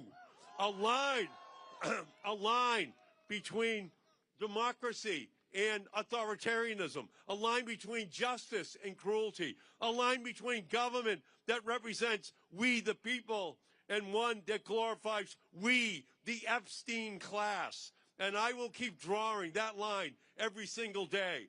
But I know that voting no is not enough, because what is at stake at this moment is not a single bill or a single nominee or even a single presidency. What is at stake is whether the United States of America remains a democracy that works for the many or becomes a dictatorship that serves only the few. We are living in a critical moment, and we must fight back. Trump wants to scare us into submission, but when he rolls back our rights, we roll up our sleeves. And that means we must be louder, we must push back harder than ever before. So I'm here to ask every single person out in the crowd and online, will you fight for our future? Will you fight for our democracy? Because we know that we must defund and abolish ICE. We must get ICE out of our cities. We must remove RFK Jr. from any public health position that puts lives at risk. We must say out loud that vaccines work. We must fire Kristi Noem and Kash Patel for their lawlessness and complicity in the crimes that we have seen committed right before our eyes. We must reverse Trump's disastrous tax cuts for the wealthy and instead invest that in relief for working families. And we must save Medicare and Social Security and expand funding for Medicaid. We don't need endless warfare. We need universal health care. We need Medicare for all. The real security Americans need is a livable future. Affordable housing, free college, clean air, clean water, clean energy, and a Green New Deal. That is what we need. And we must impeach Donald Trump. We are not going to allow him to steal this election. We are not going to allow him to terrorize black and brown voters from going to the polls. We are going to stand up. We are going to fight. If he puts the Marines and the Army out on the streets this October and November, we're going to come out by 10 million people, 20 million people, 30 million people onto the streets of this country and shut this country down for democracy, for our ability to have an election. So this is not time to stay silent. This is a time to stand up and fight. When the Minutemen and Minutewomen were taking on the most powerful military in the world, they were knocked down, they were not knocked out. They got up, they fought, they won. When the abolitionists fought, they were knocked down, they were not knocked out. They got up, they fought, and they won. When the suffragettes were out, they were knocked down, they were not knocked out. They got up, they fought, and they won. When Martin Luther King Jr. and Coretta Scott King began a movement, they were knocked down. They were not knocked out. They got up, they fought, they won. Same-sex marriage, universal health care. They were knocked down, they fought, and they won. And we are going to fight, and we are going to win. We are knocked down, we are not knocked out. This is a fight that we are going to win, because we know in this country that this progress has never come from silence. It has never come from surrender. It has never come from sitting on the sidelines. It comes because people get up and they fight and they win. So that is what tonight is all about. It has come from people, ordinary people, standing together and saying, enough to corruption, enough to cruelty, enough to policies that sacrifice the vulnerable for the powerful, because our power is not in the Oval Office. It is not a billionaire CEO's bank account. It is not a corporate boardroom. Our power is in the movement. It's on the streets of this country. It's our voices, it's our votes, it's our willingness to stand together, to fight for those who are most vulnerable in our society, to fight for our democracy itself. So let's leave here tonight saying we're ready to organize. We're ready to galvanize. We are ready to fight, not just for ourselves, but for the generations to come, because we will stand together and we will win. So thank you all so much for being here. And I'm going to read briefly a statement from Gladys Vega from Chelsea, Massachusetts, whose plane was stranded on the runway of Logan Airport and could not be here tonight. But this is her statement. As president of La Collaborativa, the largest Latin-led organization in Massachusetts, I'm grateful for the opportunity to address all of you tonight, even though I can't be there. Based in Chelsea, Massachusetts, we represent one of the communities hardest hit by the cruel, unjust tactics of ICE. In communities like Chelsea, the disappearance of loved ones is occurring every single day. Fear paralyzes the daily lives of countless residents, including those that protected us during COVID-19 and currently sustain the economy. In our cities downtown and storefronts, they are quiet, and sidewalks are desolate, with local businesses grinding to a halt.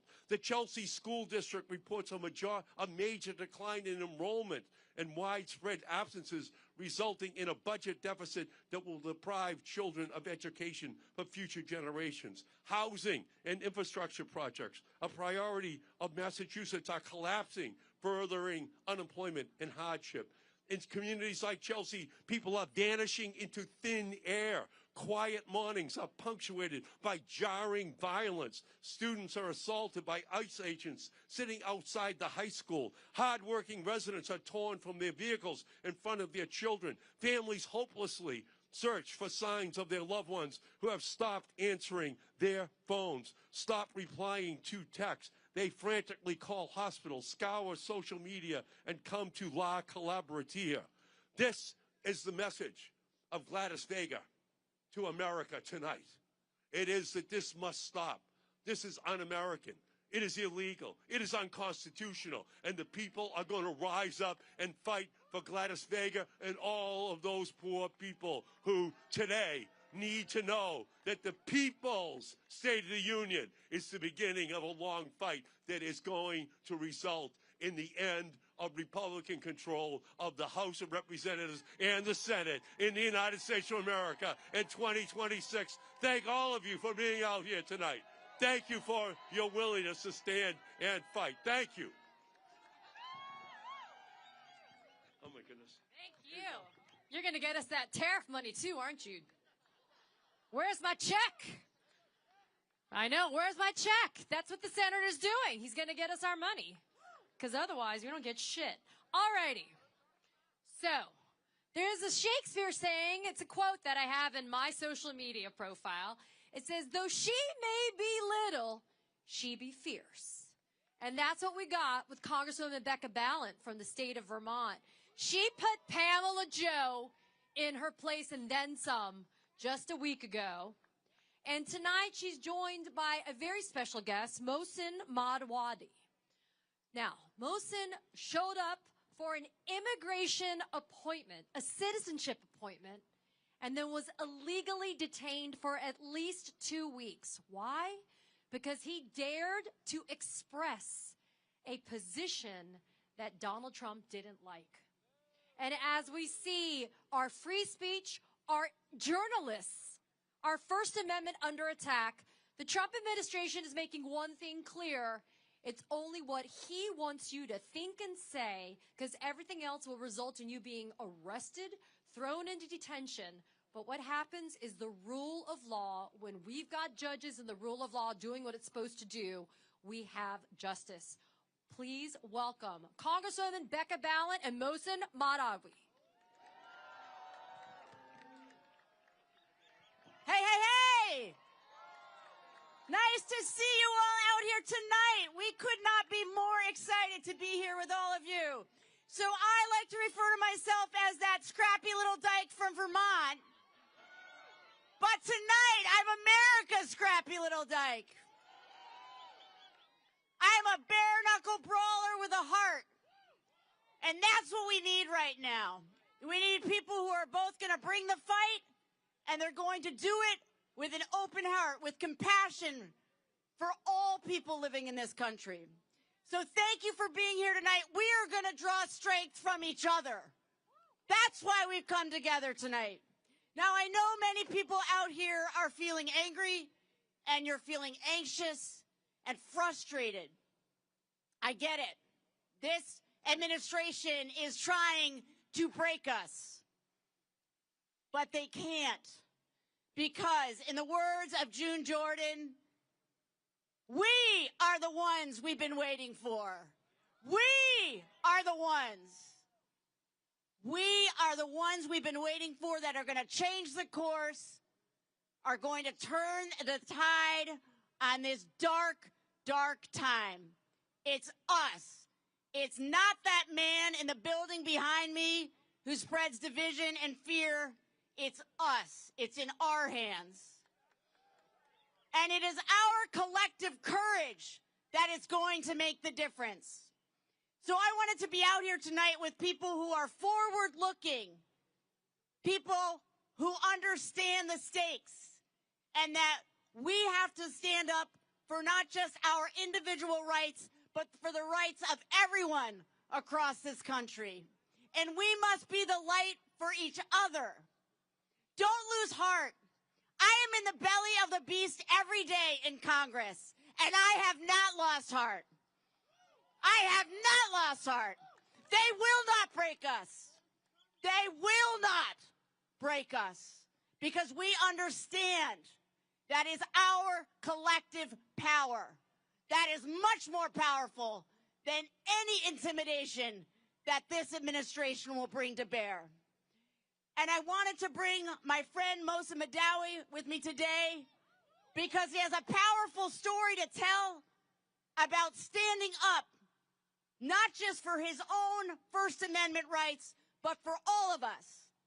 So I'm going to turn the microphone over to Mohsen so he can tell you his story, and you will understand why he is an inspiration for so many people, not just back in Vermont, but across this country.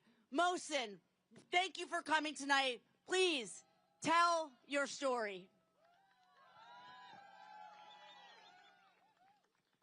Brothers and sisters, dear friends, my beloved community, it's an honor to be in union with you here.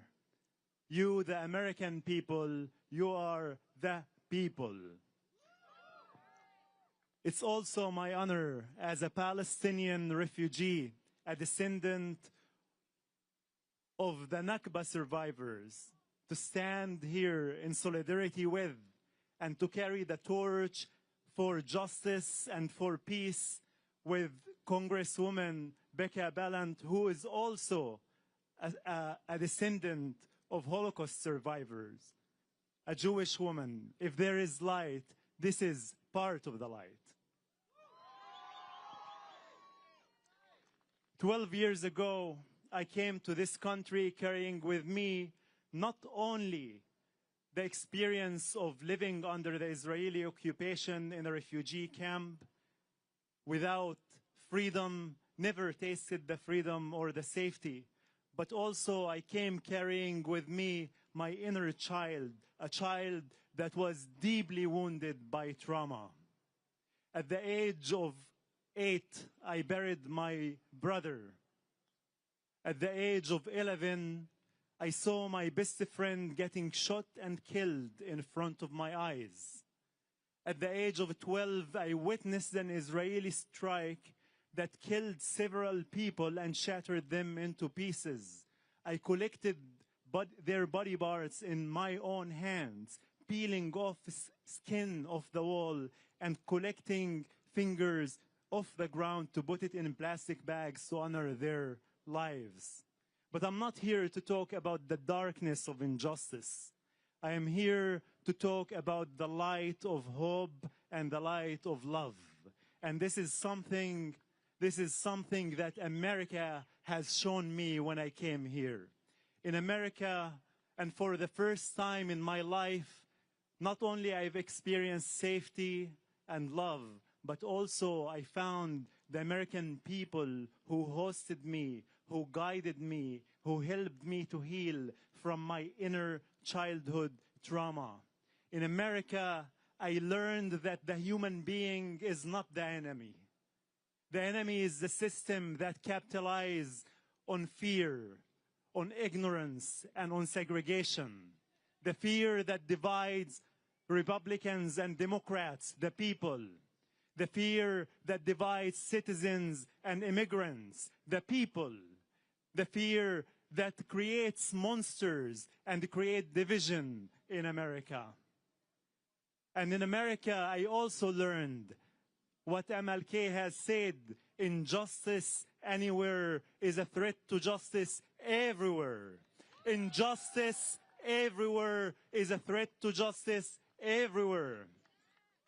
And that is what we are witnessing here, that the injustice that this administration is causing, tearing communities apart, scaring people and inciting fear and intimidation, destroying the most sacred document in this country, which is the Constitution of this country, and going and attacking us for practicing our First Amendment rights and our free speech is a form of injustice, and that the fight for justice in America, the fight to save this democracy, is interconnected with the fight for justice in Palestine for the Palestinian people.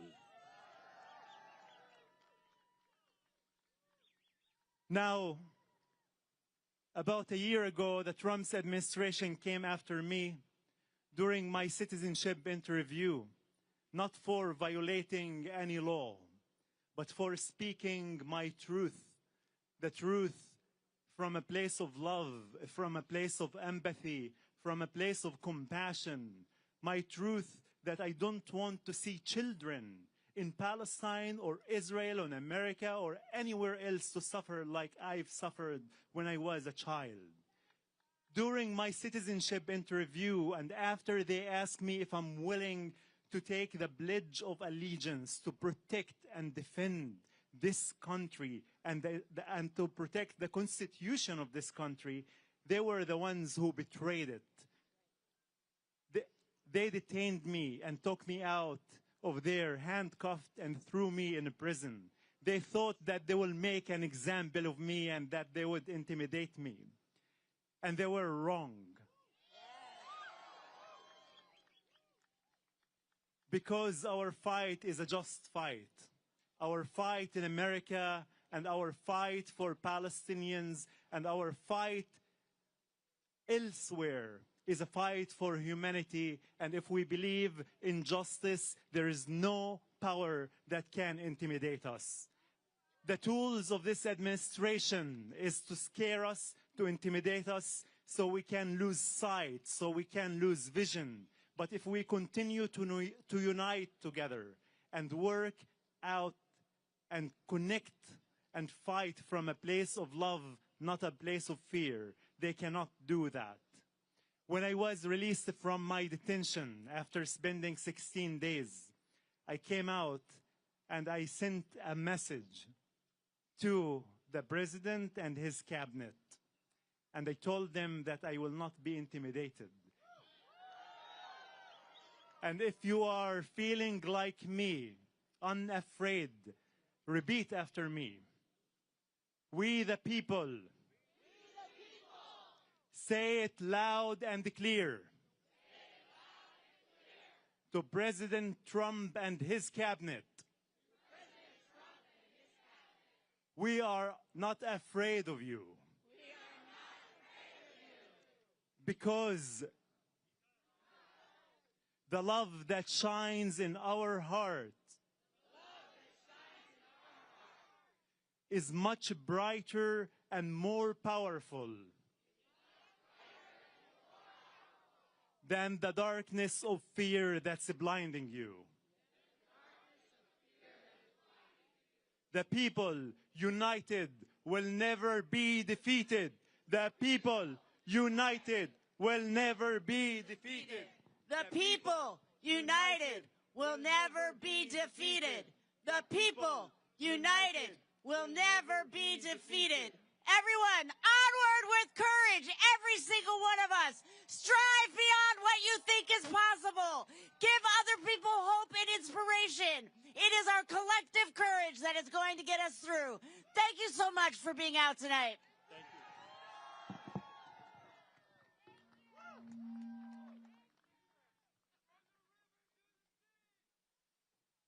All right, well done, well done, well done. All right, y'all. You guys got energy? Now listen. Y'all good? Now, just in case you are feeling a little bit of FOMO and want to know what's going on over there, let me give you a quick briefing. Basically bullshit. Donald Trump is wearing a lot of makeup on his hand. Nobody knows why. Diapers are probably in place to make sure that he does not have an accident. He has cited the Dow reaching 50,000. One person applauded. People had their money on that being Pamela Joe Bondi.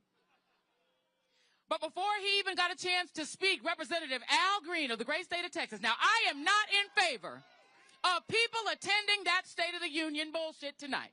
But the one man that I kind of wanted to be there was Representative Al Green. And he showed up. And before Donald Trump could even get a word in edgewise or get to the stage, he held up a sign reminding Donald Trump that black people are not apes. Something you had to tell Donald Trump because he's not too bright. So what I will say to Representative Al Green, if you can hear me, I'm so in. Come on. Here, keep it going. Whatever you. Whoo. It's all right with me.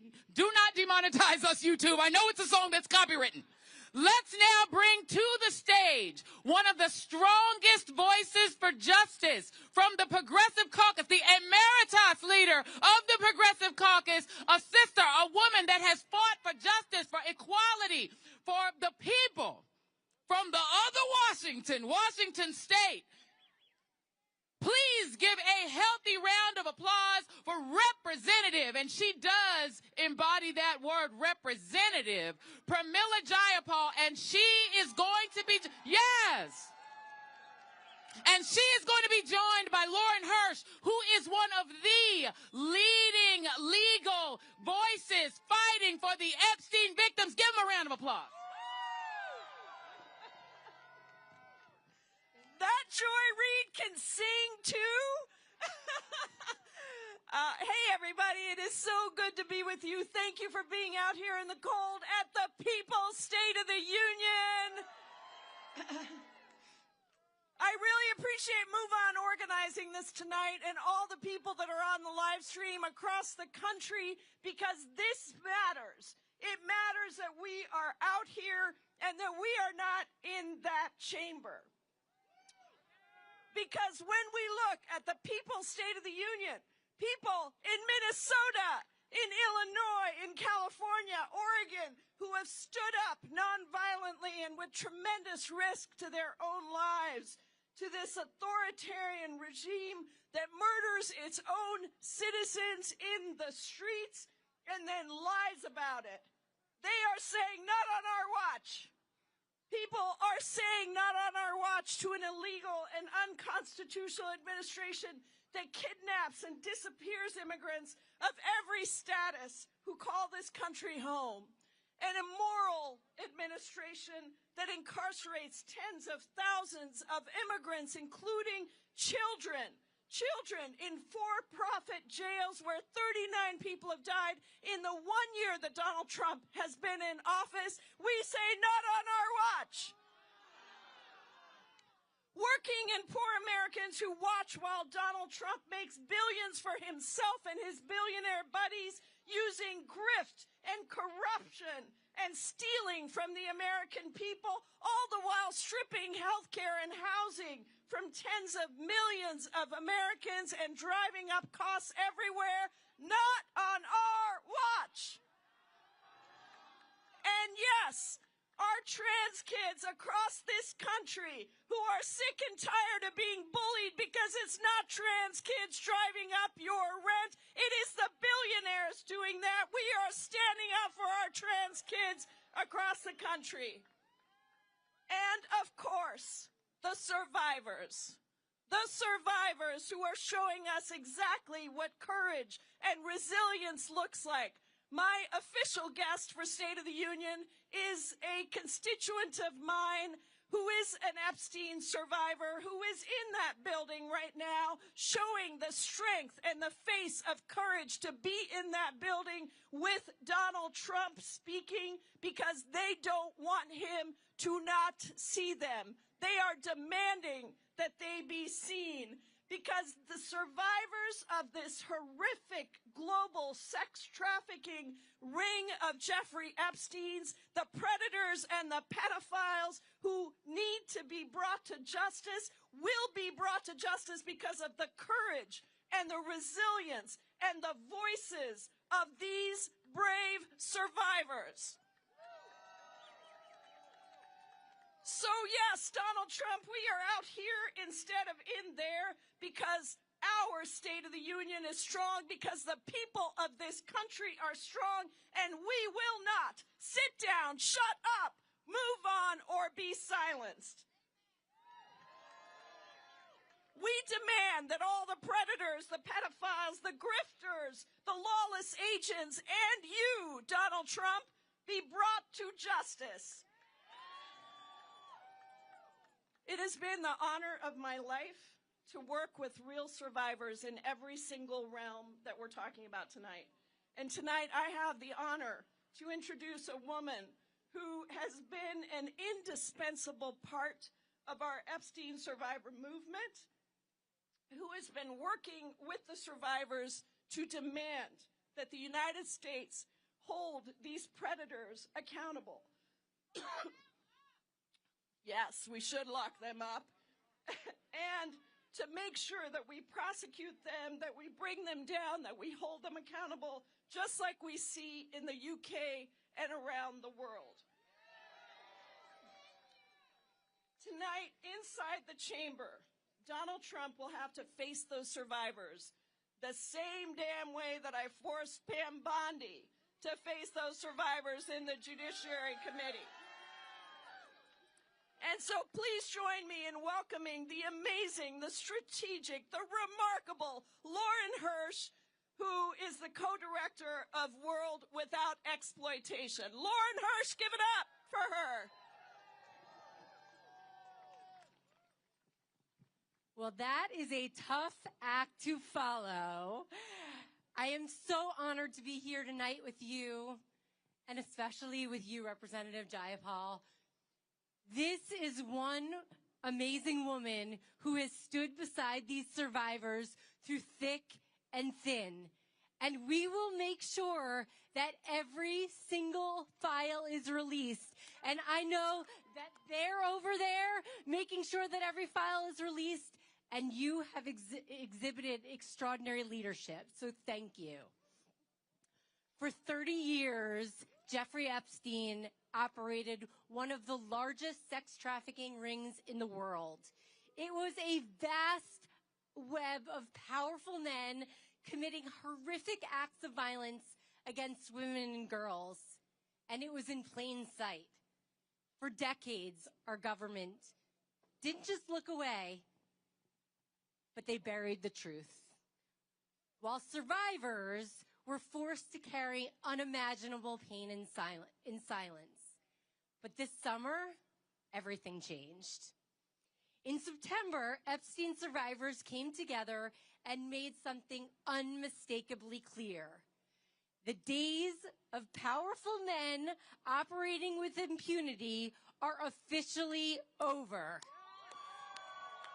And it has been a wild 6 months. But now we are in a serious moment of reckoning. Every day we're witnessing the untouchables collapse before our eyes. Prince Andrew is no longer a prince.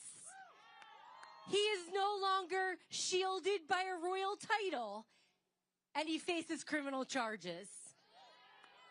Around the globe, exploiters who once hid behind wealth and influence in institutions are beginning to fall like a giant game of dominoes.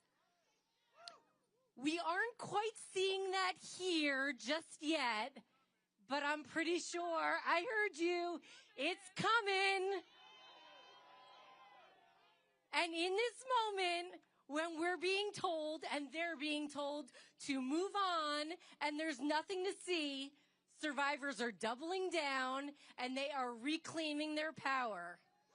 They are at the State of the Union tonight, and they are facing an administration who has betrayed them time and time again. To every survivor out there who refuses to disappear, you are changing history. Keep speaking your truth because the earth is shaking.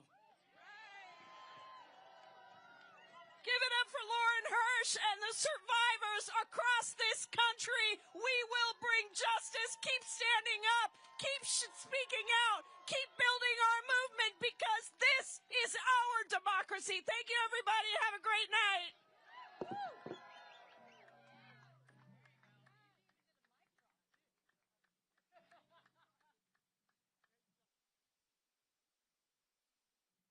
We even got a mic drop from the Congresswoman. So there's one thing that we've always demanded as Americans. We want consistency in the fighters that we have that are in D.C. And the next speaker is someone who did that for us when he was in the House. He's doing that for us as a senator.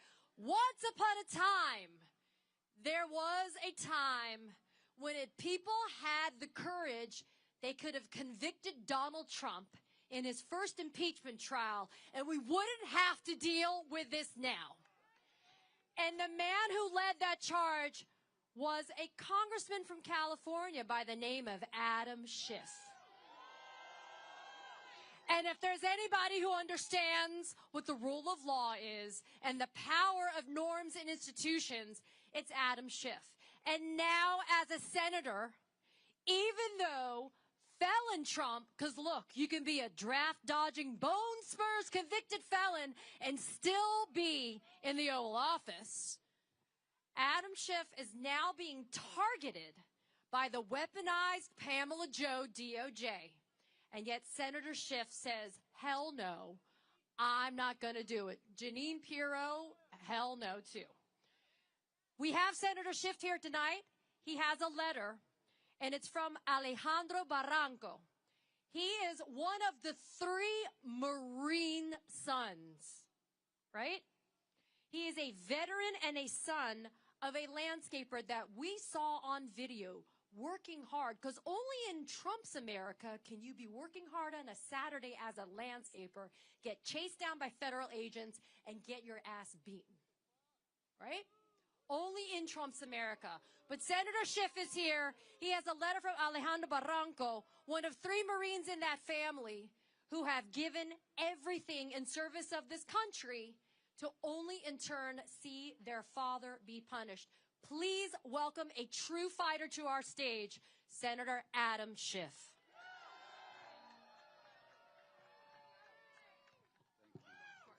Thank you.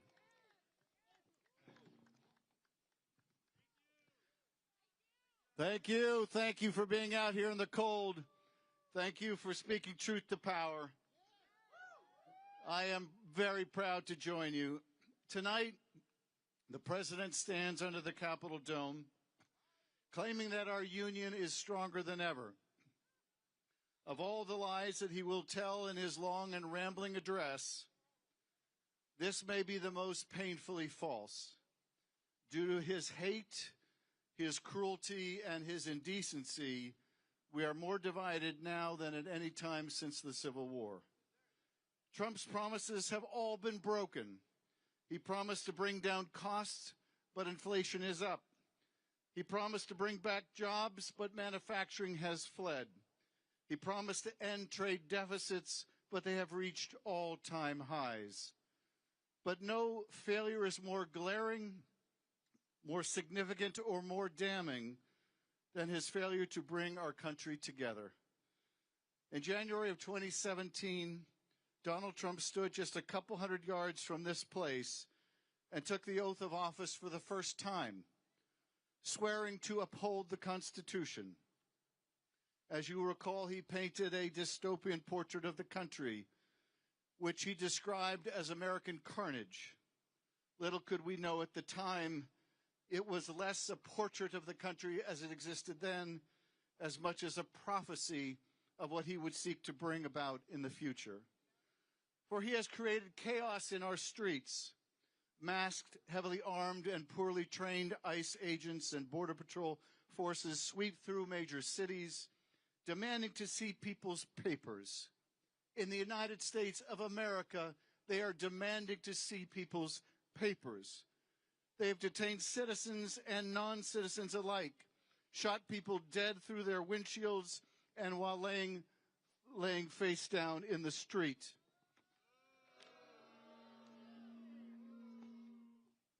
When the courts have ruled against this administration's lawless conduct of its administration raids, their opinions have been ignored. When universities dare to protest, their federal funding has been cut.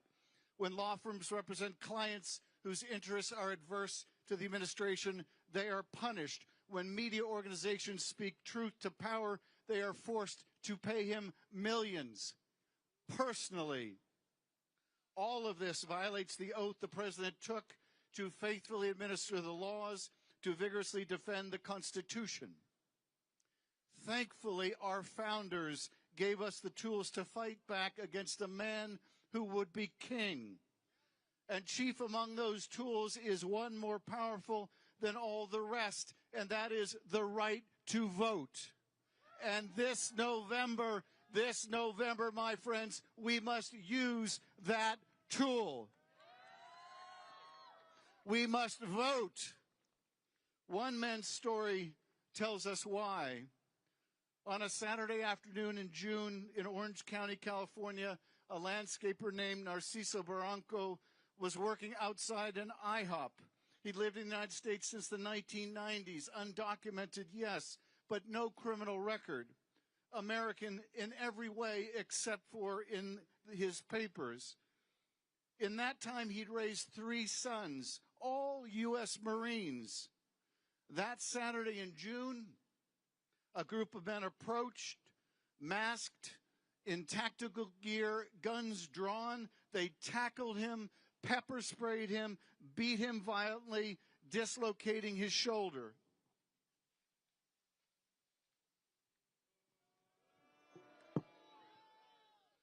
They detained him, no food, no water, no medical treatment for 24 hours. When he was finally able to get in touch with his family over the phone, he had one request of his sons. He asked them to retrieve his landscaping tools and finish the job he was doing. I wish just a few of my colleagues in that building on the other side of the aisle had the same dedication to their jobs, to their oath of office, to the Constitution of the United States. Narciso Barranco asked his sons to finish the job. His son, Marine Corps veteran Alejandro Barranco, couldn't be here tonight, but he sent me this to read to you. What happened, he said, didn't just happen to an immigrant. It happened to an American family. Families across this country are living in fear, separated by a system that has lost its humanity. We can protect our laws without abandoning our values. We are here because America must be better, fairer, safer, and worthy of the people who believe in it. Now, just a few weeks ago, Narciso Barranco thankfully had his deportation case dismissed by a federal judge. But tonight we must all heed the words of Narciso Barranco. We must take up the tools our founders have given us to protect our democracy and finish the job. Between now and November, the president will make every effort to discourage Americans from voting. He will make it harder to register and turn out. He may send ICE agents to polling places to intimidate our citizens. He will cast doubt on the results when his party loses.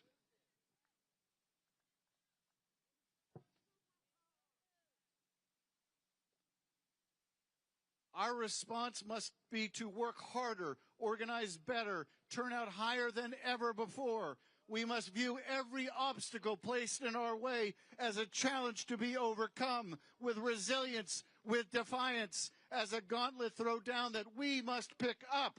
The fight for our democracy is a fight worth having, for it is democracy that makes all progress possible. And it is a struggle we can win if we pick up the tools we have been given and finish the job. In November, are you ready to finish the job?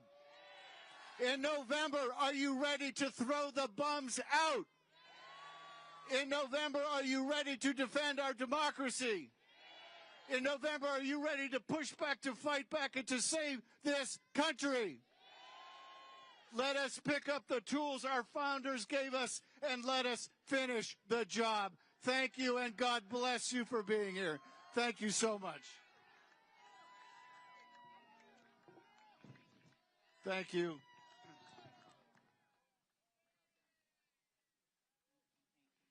All right. One more time for the senator from the great state, California.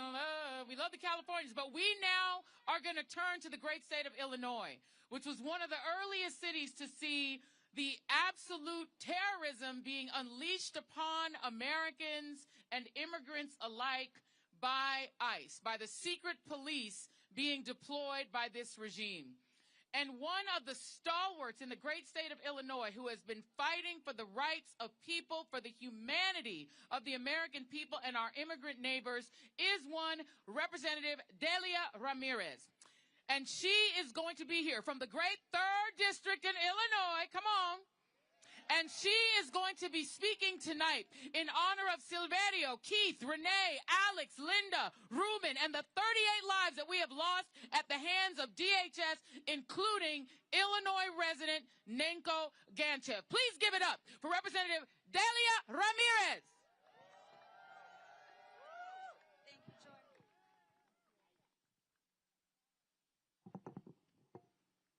Folks, in 5 months, you're going to be really hot. Just remember that, okay? I'm trying to remind myself of that. Well, hi, everyone. Buenas noches. As you heard, I'm la congresista Delia Catalina Ramírez, and soy la hija orgullosa de padres guatemaltecos, ciudadana de nacimiento por derecho y representante del Distrito 3, una comunidad que está en la calle luchando contra los fascistas todos los días.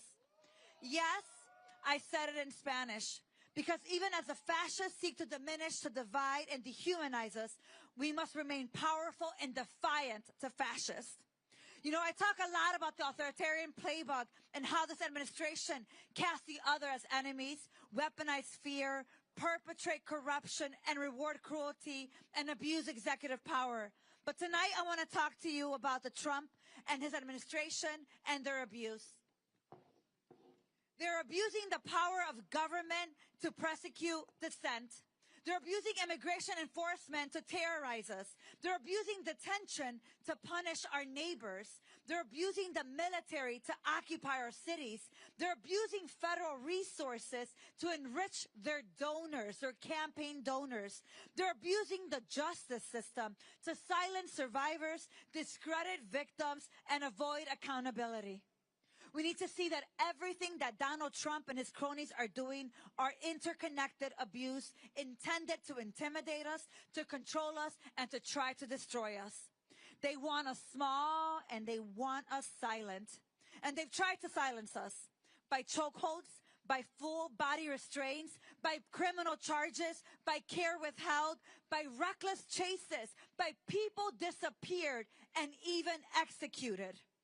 But let me tell you, today in that gallery, my seat is empty, representing more than the 40 lives we have lost to the violence of the Trump administration, who want our resources, our freedoms, our lives to advance their imperialistic, fascist, authoritarian agendas. But here's the thing.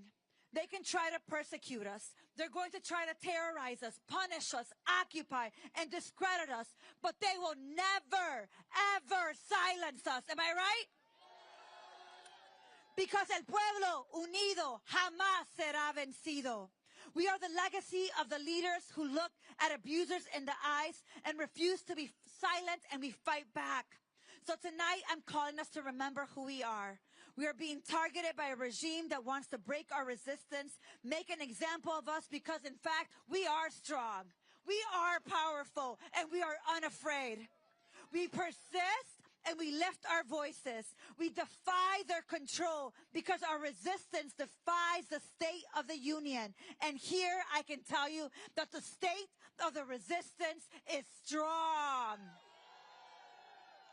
So look, tonight, I'm not interested in moments of silence. I'm not willing to sit there silently while the abuser-in-chief lies, manipulates, and gaslights the American people.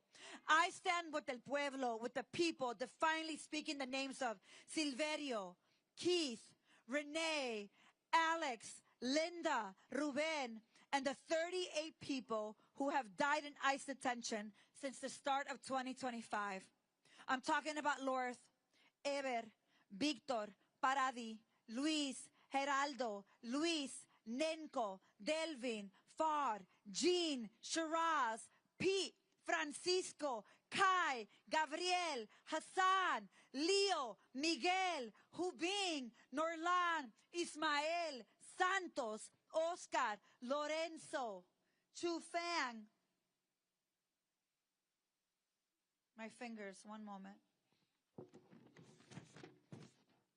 Tien, Isidro, Johnny, Jesus, Abelardo, Marie, Nan, Brian, Juan, Mesquim, Sarahwood, and Henry.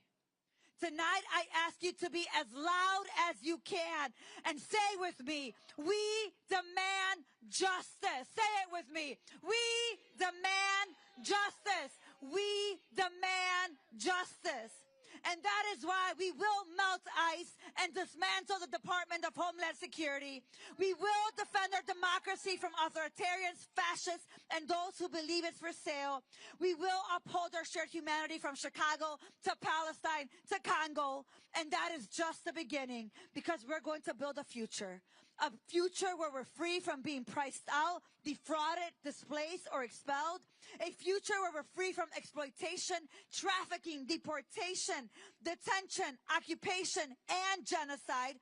A free day from economic exploitation, poverty, slavery, income inequality, wage abuse, discrimination, and intimidation. A day where we are free from the oppression and the inequity that have defined our community's experience of being American. So my ask for you today, America, neighbors, constituents, is that we demand more together. A future in which our rights and freedoms mean working people have every single thing they need to thrive. And are we ready for that kind of world? Are we ready for that kind of America? Are we going to fight like hell for it? Because listen to me, and listen to me loud and clear. We have the power to organize, to build coalition, to practice solidarity, to shift the narrative, and to take care of one another because we're already doing it together in the People's State of the Union. Because the people and the power of the people is greater than the weapons that they would wield against us. So together, juntos, we will create a more just, a more peaceful, and loving world. And the key is together, juntos, let's go.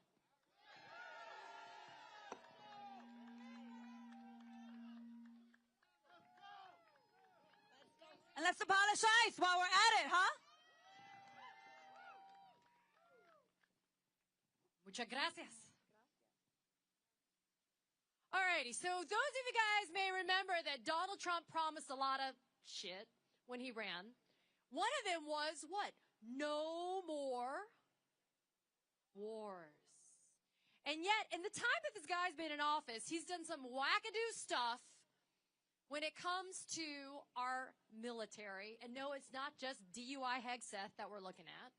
We're talking about felon Trump. There is a congressman from Connecticut. His name is Jim Himes. And he's on House Permit Select Intel. And when I tell you that this is the man that is standing in the breach, that is making sure that Americans get transparency when it comes to this type of operations, it's Congressman Jim Himes. Tonight, he is joined by Madeline Beckett, who's based in Lansing, Michigan. And she lives in a mobile home park that's been bought out by private equity, of course. Profits over people. Since that takeover, she's had unbelievable, horrible experiences, including huge unexpected fees, undrinkable water, and an end to necessary maintenance. How are we supposed to live? Please welcome to our stage Congressman Jim Himes and Madeline Beckett. Thank you, Katie, and thank you all. Thank you, America. Thank you, resistors. Thank you for people of goodwill. Katie's exactly right. I spent a lot of time on national security, but what does it mean to have national security if we don't have housing security, if we don't have economic security, if we don't have dignity? What does national security mean? I am so happy to be with you tonight because I caught the very beginning of that speech, and I heard President Trump say that we're the hottest country, that everything is fine, that people are richer and better and bigger than ever before. I don't know who he was talking about. Maybe he was talking about Ivanka. Maybe he was talking about Jared. Maybe he was talking about his billionaire cabinet members. But you know what? He wasn't talking about us. He certainly wasn't talking about Madeline. He wasn't talking about the tens of millions of people like Madeline Beckett of Lansing, Michigan, who, like so many Americans, worked 45 years, day in and day out, showing up for the job, raised a daughter, and now struggles to make ends meet in this richest, hottest country in the world. How does that work? You can't do much in this country if you can't afford a home, if you can't pay the rent. Too many of my constituents have given up on the idea that their kids might live in the communities in which they grew up. They have given up on the idea that they might advance and maybe save a little something for retirement or to educate their kids, because we have a housing crisis in this country. We got to build 5 million units just to get back to a place where Americans can afford housing. And in the meantime, hardworking, middle-class, true Americans, and by true Americans, I mean people who go to work every single day and who at the end of the week worry a little bit about those bills who are coming in the coming week. Real Americans who understand what it is to live in this country and to work hard and to live with dignity are getting squeezed out. There have been a lot of politicians up here tonight, but we got to never lose sight of who it is that we're fighting for.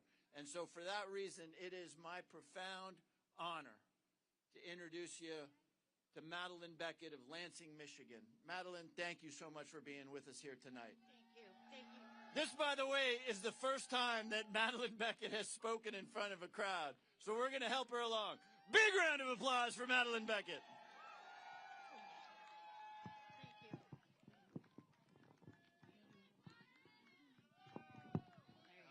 That's fine. Thank you. Yes, I'm nervous.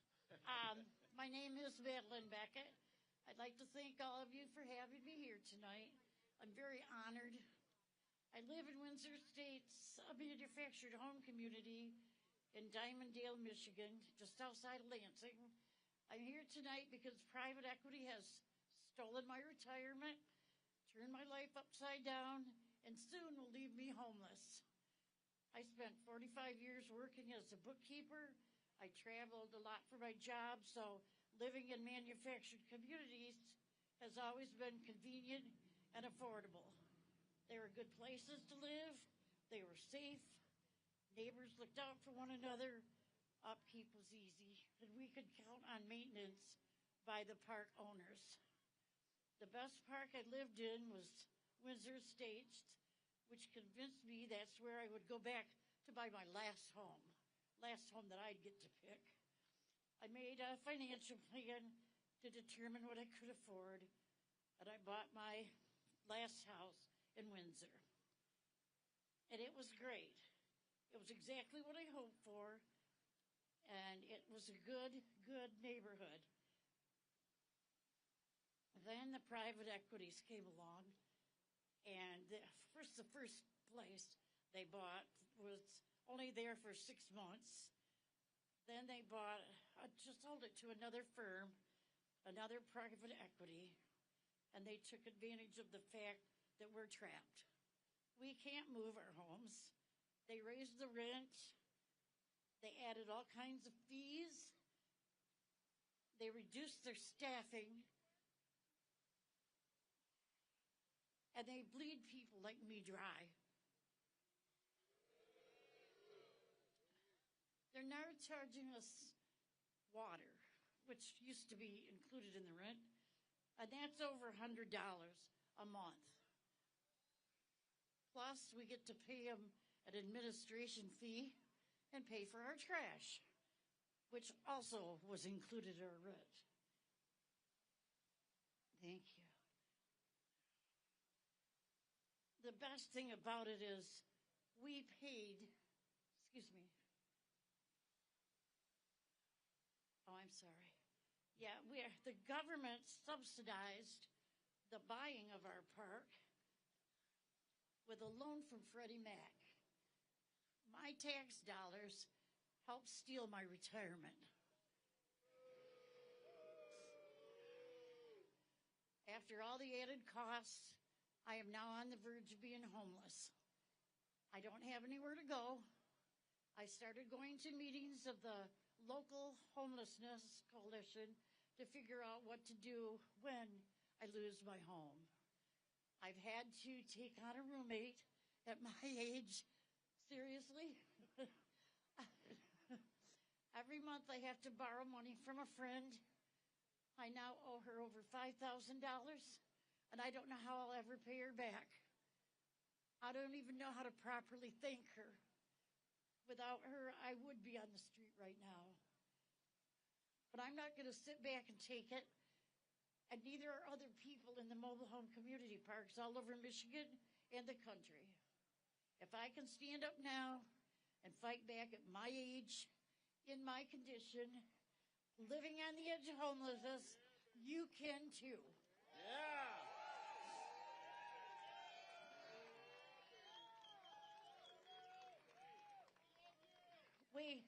We need all of you here to put limits on how much these corporate landlords can raise our rents, and we need it now. We need to stop shoveling tax dollars to the predators, and we need to stop it now. And we need elected officials to grow a pair and stand up for us. We deserve better. Thank you for listening. Thank you, Madeline. Do we think that Donald Trump knows about Madeline? Do we think he cares about Madeline? America is Madeline Beckett. That's who we're fighting for. Thank you, everybody.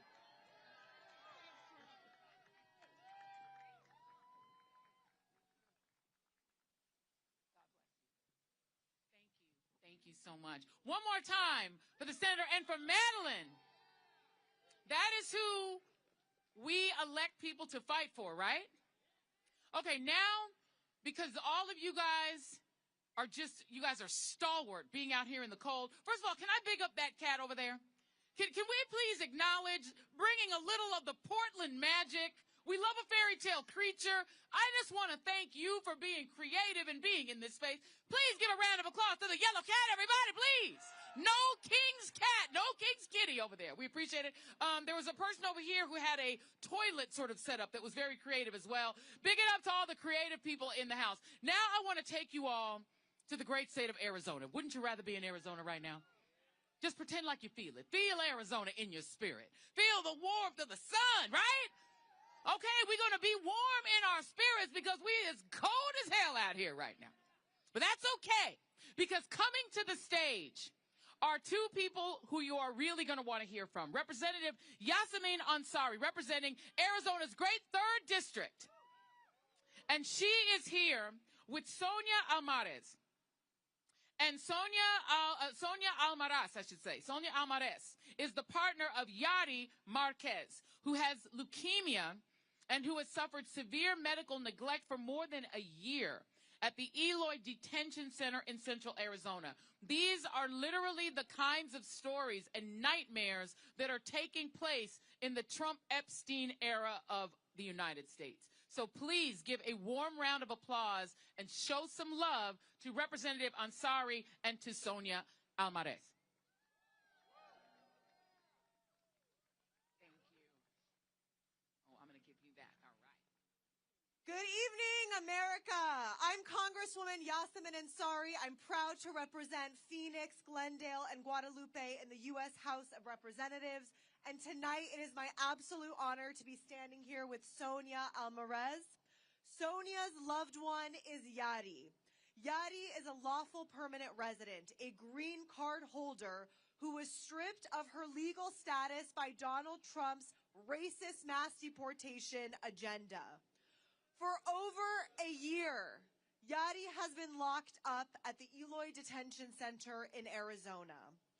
Yari has leukemia. When I visited her, she was too weak to stand. When I sat with her, I watched her vomit blood. And tonight, while Yari suffers in detention, Donald Trump stands before Congress and lies to the American people. Donald Trump claims he is going after the worst of the worst, and that is a lie. Yari has no criminal record. Meanwhile, this administration and the Republican enablers in Congress handed ICE a $75 billion slush fund to terrorize our communities with no accountability.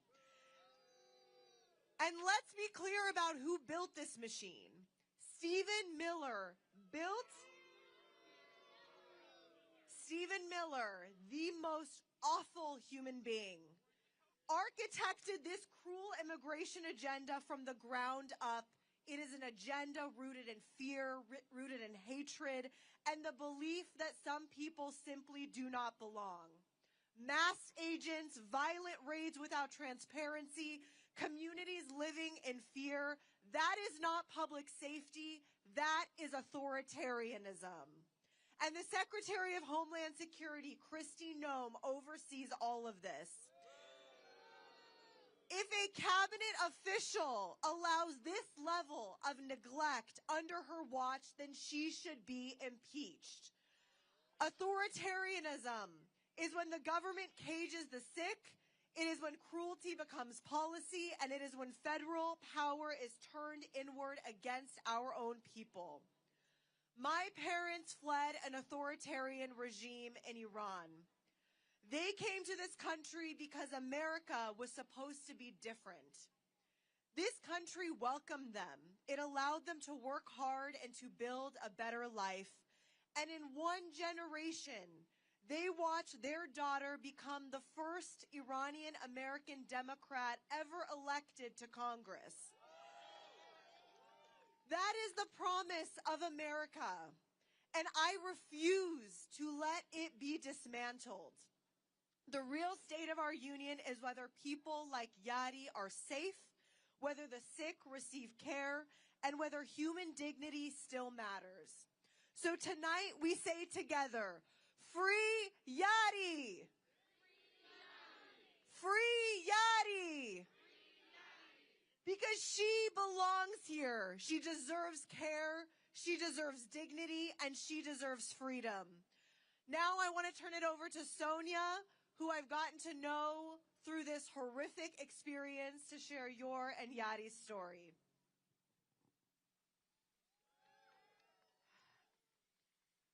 Thank you, Congresswoman Ansari. I'm honored to stand with you tonight to expose Trump's real state of the union. Yadi is not a criminal, and for a year now, I have had to watch her healthy. I am so sorry.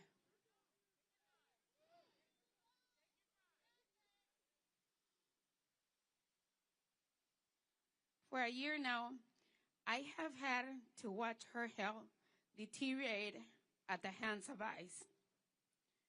Yadi has lost over 70 pounds. She's been coughing up blood for months on a daily basis now.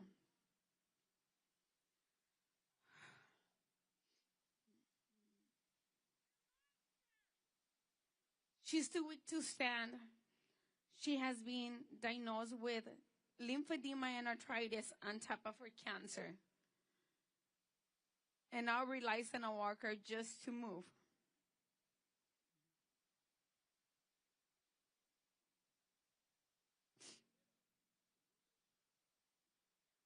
Her suffering is preventable, yet ICE has denied the basic medical care. Yadi es una compañera amorosa, amiga y miembro de la comunidad que merece dignidad humana.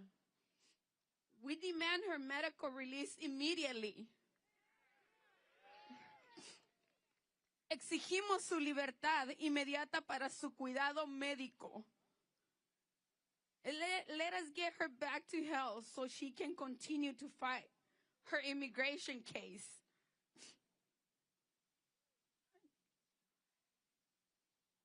Thank you, Sonia. We will never stop fighting for Yadi. Give Sonia a round of applause.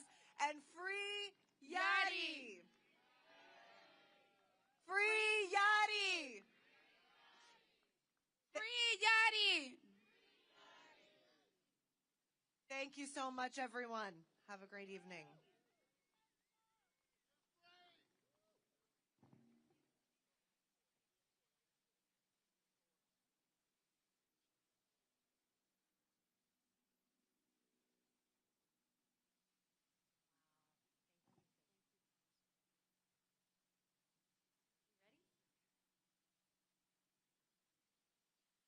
We appreciate all of you still being out here. We know it's cold, but this mission is very important. We now have the privilege of being able to listen to Charlene Rochard, a model and actress, and perhaps in a most important role, an advocate. She is a survivor of the horrors of Jeffrey Epstein. She has bravely spoken publicly about her experiences of being trafficked as a child, sustaining and suffering from the sexual abuse at the hands of Jeffrey Epstein, and the exploitation of her, and I want to underscore, as a child. And yet the Republicans continue to want to hide from the American people and from the world the transparency that Charlene and the other Epstein survivors deserve. Charlene, this is your time. Thank you. Thank you. I am grateful to Congresswoman Randall for welcoming me as her guest for the State of the Union. And I appreciate all of you for giving me the opportunity to share my voice tonight. Thank you. My name is Charlene Rochard, and I stand before you not just as a survivor, but as a mother, a woman, and a citizen who believes deeply in protecting the next generation. People often ask how I found the courage to speak publicly about something so painful. The truth is, I didn't find that courage alone. For years, I carried the weight of my experience in silence. And then a longtime friend, someone who remembered the vivid details of my past interactions with Jeffrey Epstein, encouraged me to reclaim my voice. When I finally stepped forward to tell my truth, I found myself surrounded by a sisterhood of survivors who lifted me up and reminded me that none of us walk this path alone. But I want to be honest about something that rarely gets said out loud. What happened to us didn't end when the abuse ended. Epstein's manipulation and coercive control changed the trajectory of many of our lives. Some of us went from thriving, working hard, building careers, feeling hopeful, to being unable to work at all. Some fell into depression. Some carried shame that was never ours to carry. For many of us, it has taken decades to overcome the impact of what happened, decades to heal, and decades to speak. And that is why I'm here tonight. I am speaking out because the next generation deserves better. Our children deserve a world where powerful people cannot harm others without consequence. They deserve a world where survivors are protected, not punished for telling the truth. They deserve a world where silence is not the price of safety. I also want to say something that often gets lost in the noise. I believe that most of humanity are good people. Compassion, love, and peace are not abstract ideals, but are lived values. I've seen them in the survivors who hold each other up. I've seen them in the advocates who refuse to look away. I've seen them in the people who quietly reach out and say, "We believe you."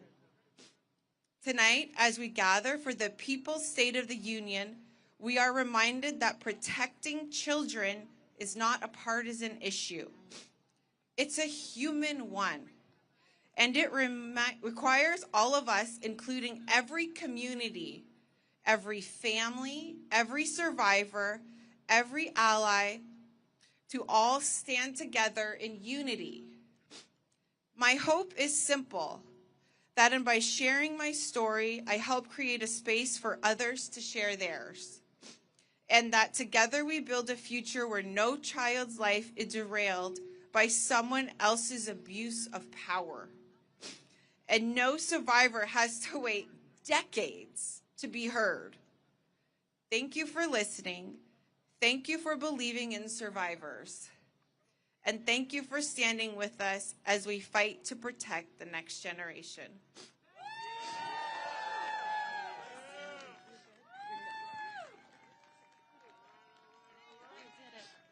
Please, everybody, let's please support Charlene right now, and please just show her a round of applause for the courage. This is why we're fighting. Thank you, Charlene.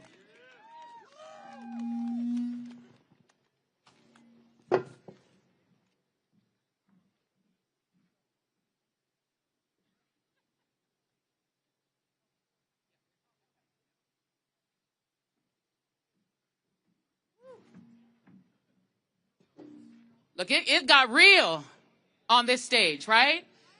I mean, I think a lot of the time, Katie, people feel like politics it's just theoretical. It's just people giving speeches. It's just people talking.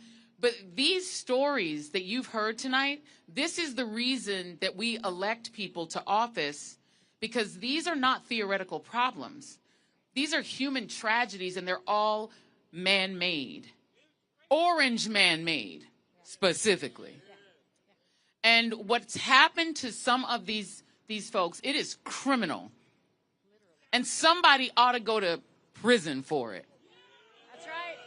For abusing, it is unbelievable that we live in a country that has a Justice Department and so much injustice is being done under its nose. This is shameful. These stories that we've heard tonight, this should not be happening in the United States of America.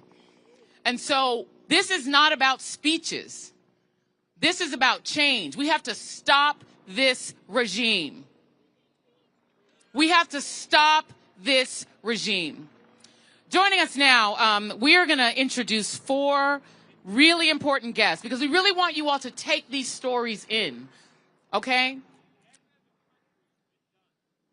Exactly. Other countries are managing to hold people accountable, and the United States of America is not capable of holding people accountable. We are creating concentration camps and letting people suffer and die incarcerated for no reason other than being brown.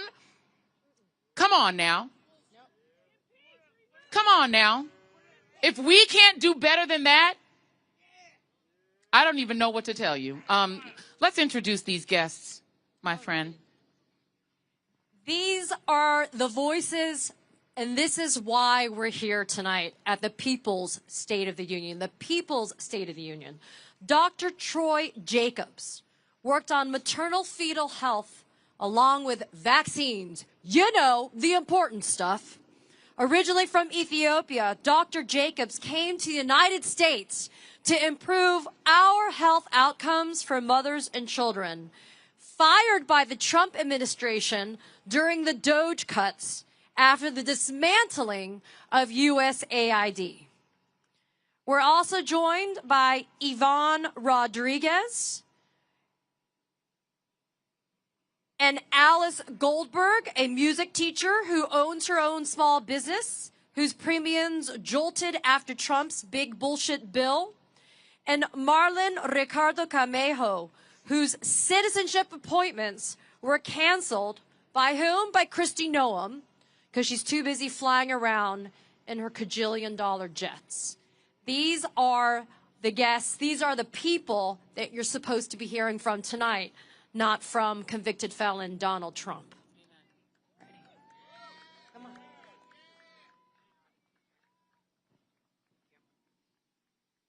Okay. It's called, y'all. Good evening, everyone. My name is Yvonne Rodriguez. I work at the intersection of immigration advocacy and storytelling, and I'm here on behalf of Annie Lucia Lopez Bellosa. Annie was wrongfully deported while on her way to surprise her family for Thanksgiving. She was standing in the airport lobby waiting to board when agents scanned her ticket twice and claimed there was an error. Moments later, 2 ICE agents approached, handcuffed her, and took her away. She spent the night in detention, and less than 24 hours later, she was deported to Honduras, a country facing deep instability in a place she has not called home since she was 8 years old. Annie is a dreamer. She's a 19-year-old student pursuing a business degree at Babson College. She dreams of building a future not just for herself, but for others, opening her own business, uplifting her community, and supporting her family.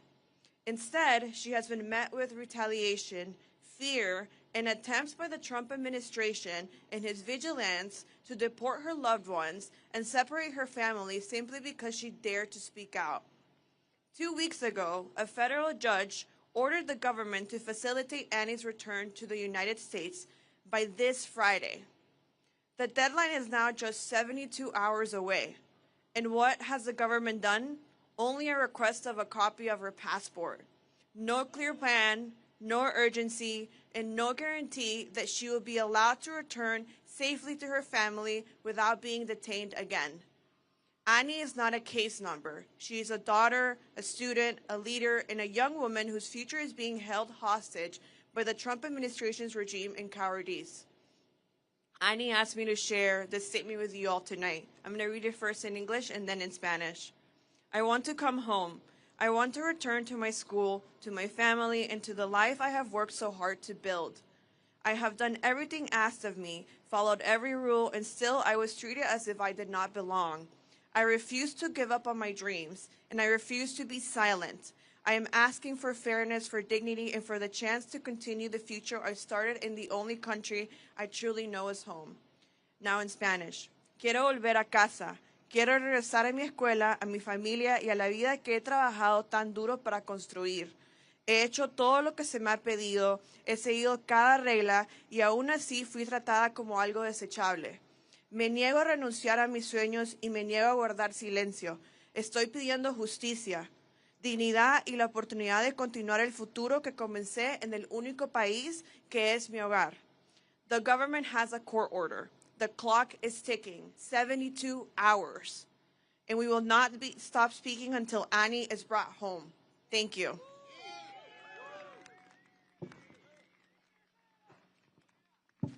Good evening, Washington, D.C. I'm Marlon. I'm coming from the great state of Connecticut. I'm son, and also I'm an immigrant. I'm Cuban immigrant that came to this country 3 years ago. I'm here talking on behalf of my dad, Moses Ricardo, that he came to this country 17 years ago, escaping from a dictatorship in Cuba, which is crazy. Yeah, it was so tough regime. And now, 17 years later, my dad has to face another authoritarian regime in the U.S., so it's crazy. So 17 years later, my dad has been here working so hard, doing his best, fighting with the fire in California, helping people in the hurricane in North Carolina. Now the administration, this Trump administration, told him that he's a threat for this country. And he cannot become a citizen because he's a threat. There is nothing that can prove more that somebody's not a threat than 17 years working and supporting the country that he loves. I came to this country, he was the one that taught me to love the greatest nation in earth. But that's not what we're seeing. As I said, I'm coming from a regime. It's so important to remark this. So Castro and so many other dictators, they were elected. So those that said, okay, this guy is not a dictator, he's not going to be a dictator because people elected. No, that's not the point. He can do it. We are not going to let him. That's for sure. We are not going to let this guy be a dictator. All right, we have two really good people behind us that's going to fight him. And we have to support him too. All right? How are we going to do that? First of all, go and voting. So we're going to vote, and we're going to take all these people, haters, out of the Congress. And how also we're going to continue fighting, doing this. Standing up, no regrets. Just push forward, we got this. And I wanted to make sure that you guys understand, all the people that talk about, this is about criminals. This is about illegals. My dad is a green card holder for 17 years. He came here legally, no criminal records. But I don't want him to become a citizen because he's a threat. This is not about nothing like security or nothing like that. This is about racism. If my dad would be white, he's okay. But he's not. He came from a poor country that just pursuing happiness, like so many other people, and that make him a criminal, maybe. So, and I'm so happy and glad to be here, being part of this great event, because we are the people of the State of the Union. We are the people. That's the most important part of this. We are the people. The people is America. America is not a president. America is not an administration. You guys are America. We are America.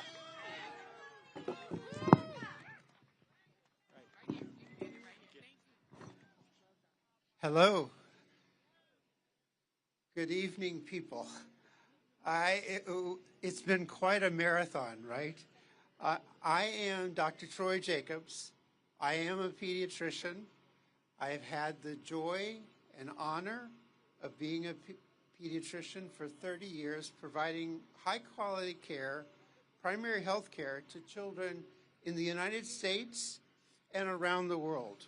I have also been doubly lucky for 17 of those years to work as a medical doctor at the U.S. Agency for International Development, working in both disasters and regular times, improving healthcare efficiency and effectiveness around the world. Unfortunately, this all came to an abrupt end in February of 2025 when I was in Ethiopia while ensuring that life-saving child health care occurred. Things like vaccinations, sick care, nutrition, water, and sanitation. What I have witnessed over the last year here in the United States is the impact of the current administration's added burden on families in terms of stresses, in terms of fears, and in terms of costs. Really a Trump health confusion tax on families. I see these disruptions and what they mean to families, including my own. People struggle with greater uncertainty, more fear, more red tape, more bureaucracy. Their care is fragmented. Children miss well-child visits, vaccinations, and routine care, things that are wanted by their parents and deemed necessary by vetted science and best practices. Families struggle deciding the right place and the right time for health care, whether they should take their wheezing child to a grocery store clinic, urgent care clinic, their doctor's office, hospital emergency department, or sadly too often they are dealing with these issues at home alone without any help. We shouldn't have to have a doctor or nurse in our family to be able to navigate the complexities of Medicaid, Medicare, or our health plans. But increasingly, this is what the current administration expects of American families. We need to come out of the cold and darkness of the last year and double down on eliminating the administration's health confusion tax. We need to return to good science, evidence-based guidance, and good practice. And this includes including humans in the loop, people like parents, pediatricians, nurses, and other child health providers, so that we have a place where pediatricians, nurses, and parents are not overburdened with the administration's health confusion tax. Thank you. Hey, I'm Alice. My artist's name is Melting Virgo, and I find myself here on stage tonight because my health care that I purchased through the Maryland Exchange went from $28 a month to $248 a month. Last fall, before the federal subsidies were cut, I was beginning to look into buying my first home that could double as a lesson studio, but that is just not a viable option anymore. But let me rewind. I earned my master's degree in energy and environmental public policy from the University of Maryland, College Park. Go Terps! So naturally, I ended up becoming a self-employed piano and voice teacher. Since I work on the weekend and during after-school hours, I spend a lot of time advocating for these policies that I care so much about. And sometimes my students take notice when I come back a little sweaty. And one of them said to me one time, "Wait, we can do something about climate change?" She's 12, and she didn't know. And that made my blood boil. A 6-year-old, just the other day, turned to me and said, "People are bad for the planet." I had to tell her, no, people aren't bad for the planet, but there are some people who are bad for the planet, and that is the billionaires who profit off of keeping us sick. They pollute our communities, predominantly black and brown communities, and then they make us pay the price. This administration is removing every single safety net imaginable just to turn around and give corporate welfare to the Epstein class. Every time federal lawmakers say that we don't have money to fund public services like healthcare, they are lying. We can make high-quality healthcare, education, transportation, and housing accessible for everybody. We can balance our relationship with our environment through indigenous leadership, and we must liberate everyone who's been abducted by ICE. This takes revolutionary optimism, and it also needs real-world organizing, which is why I recently joined my local chapter of the Democratic Socialists of America. No more doom scrolling. We must show up and create hope. One of the best ways I've found to create hope is to sing. I have a song that I wrote last summer in solidarity with our neighbors who are being abducted by ICE. It is in English and Spanish at the same time, and it needs some crowd participation, so I hope that you'll join me. And I'll also invite Joy up quickly to get this song going. And I'm putting her on the spot. She's never heard this song before. Okay, so I need you to hold down the underlying chant. We're going to do that in English, okay? It goes, they cannot imprison us all. They cannot imprison us all. They cannot imprison us all. They cannot imprison us all. No pueden encarcelarnos a todas. No pueden encarcelarnos a todas. No pueden encarcelarnos a todas. No pueden encarcelarnos a todas. No pueden encarcelarnos a todas. No pueden encarcelarnos a todas. No pueden encarcelarnos a todas. No pueden encarcelarnos a todas. Imprison us all. Hey. Woo! Okay. I think I did okay. You did amazing. Yes. You get an A. I don't give grades, though. We just go on vibes, and the vibes were immaculate. Thank you so much. Thank you. Thank you very much. Let's give another round of applause to all of these amazing assets to the community of the United States of America. This is what we want. Here's my suggestion. Maybe we should deport Donald Trump. What do you think? Keep all of these beautiful people and deport Trump. Katie Fang, how are we going to end this beautiful, wonderful evening? We're telling everybody who's here. Well, first of all, Joy and I want to say the following. We want to say thank you to the members of the press that are here. Yes. That have been here in the cold, documenting this. Yes. This is important.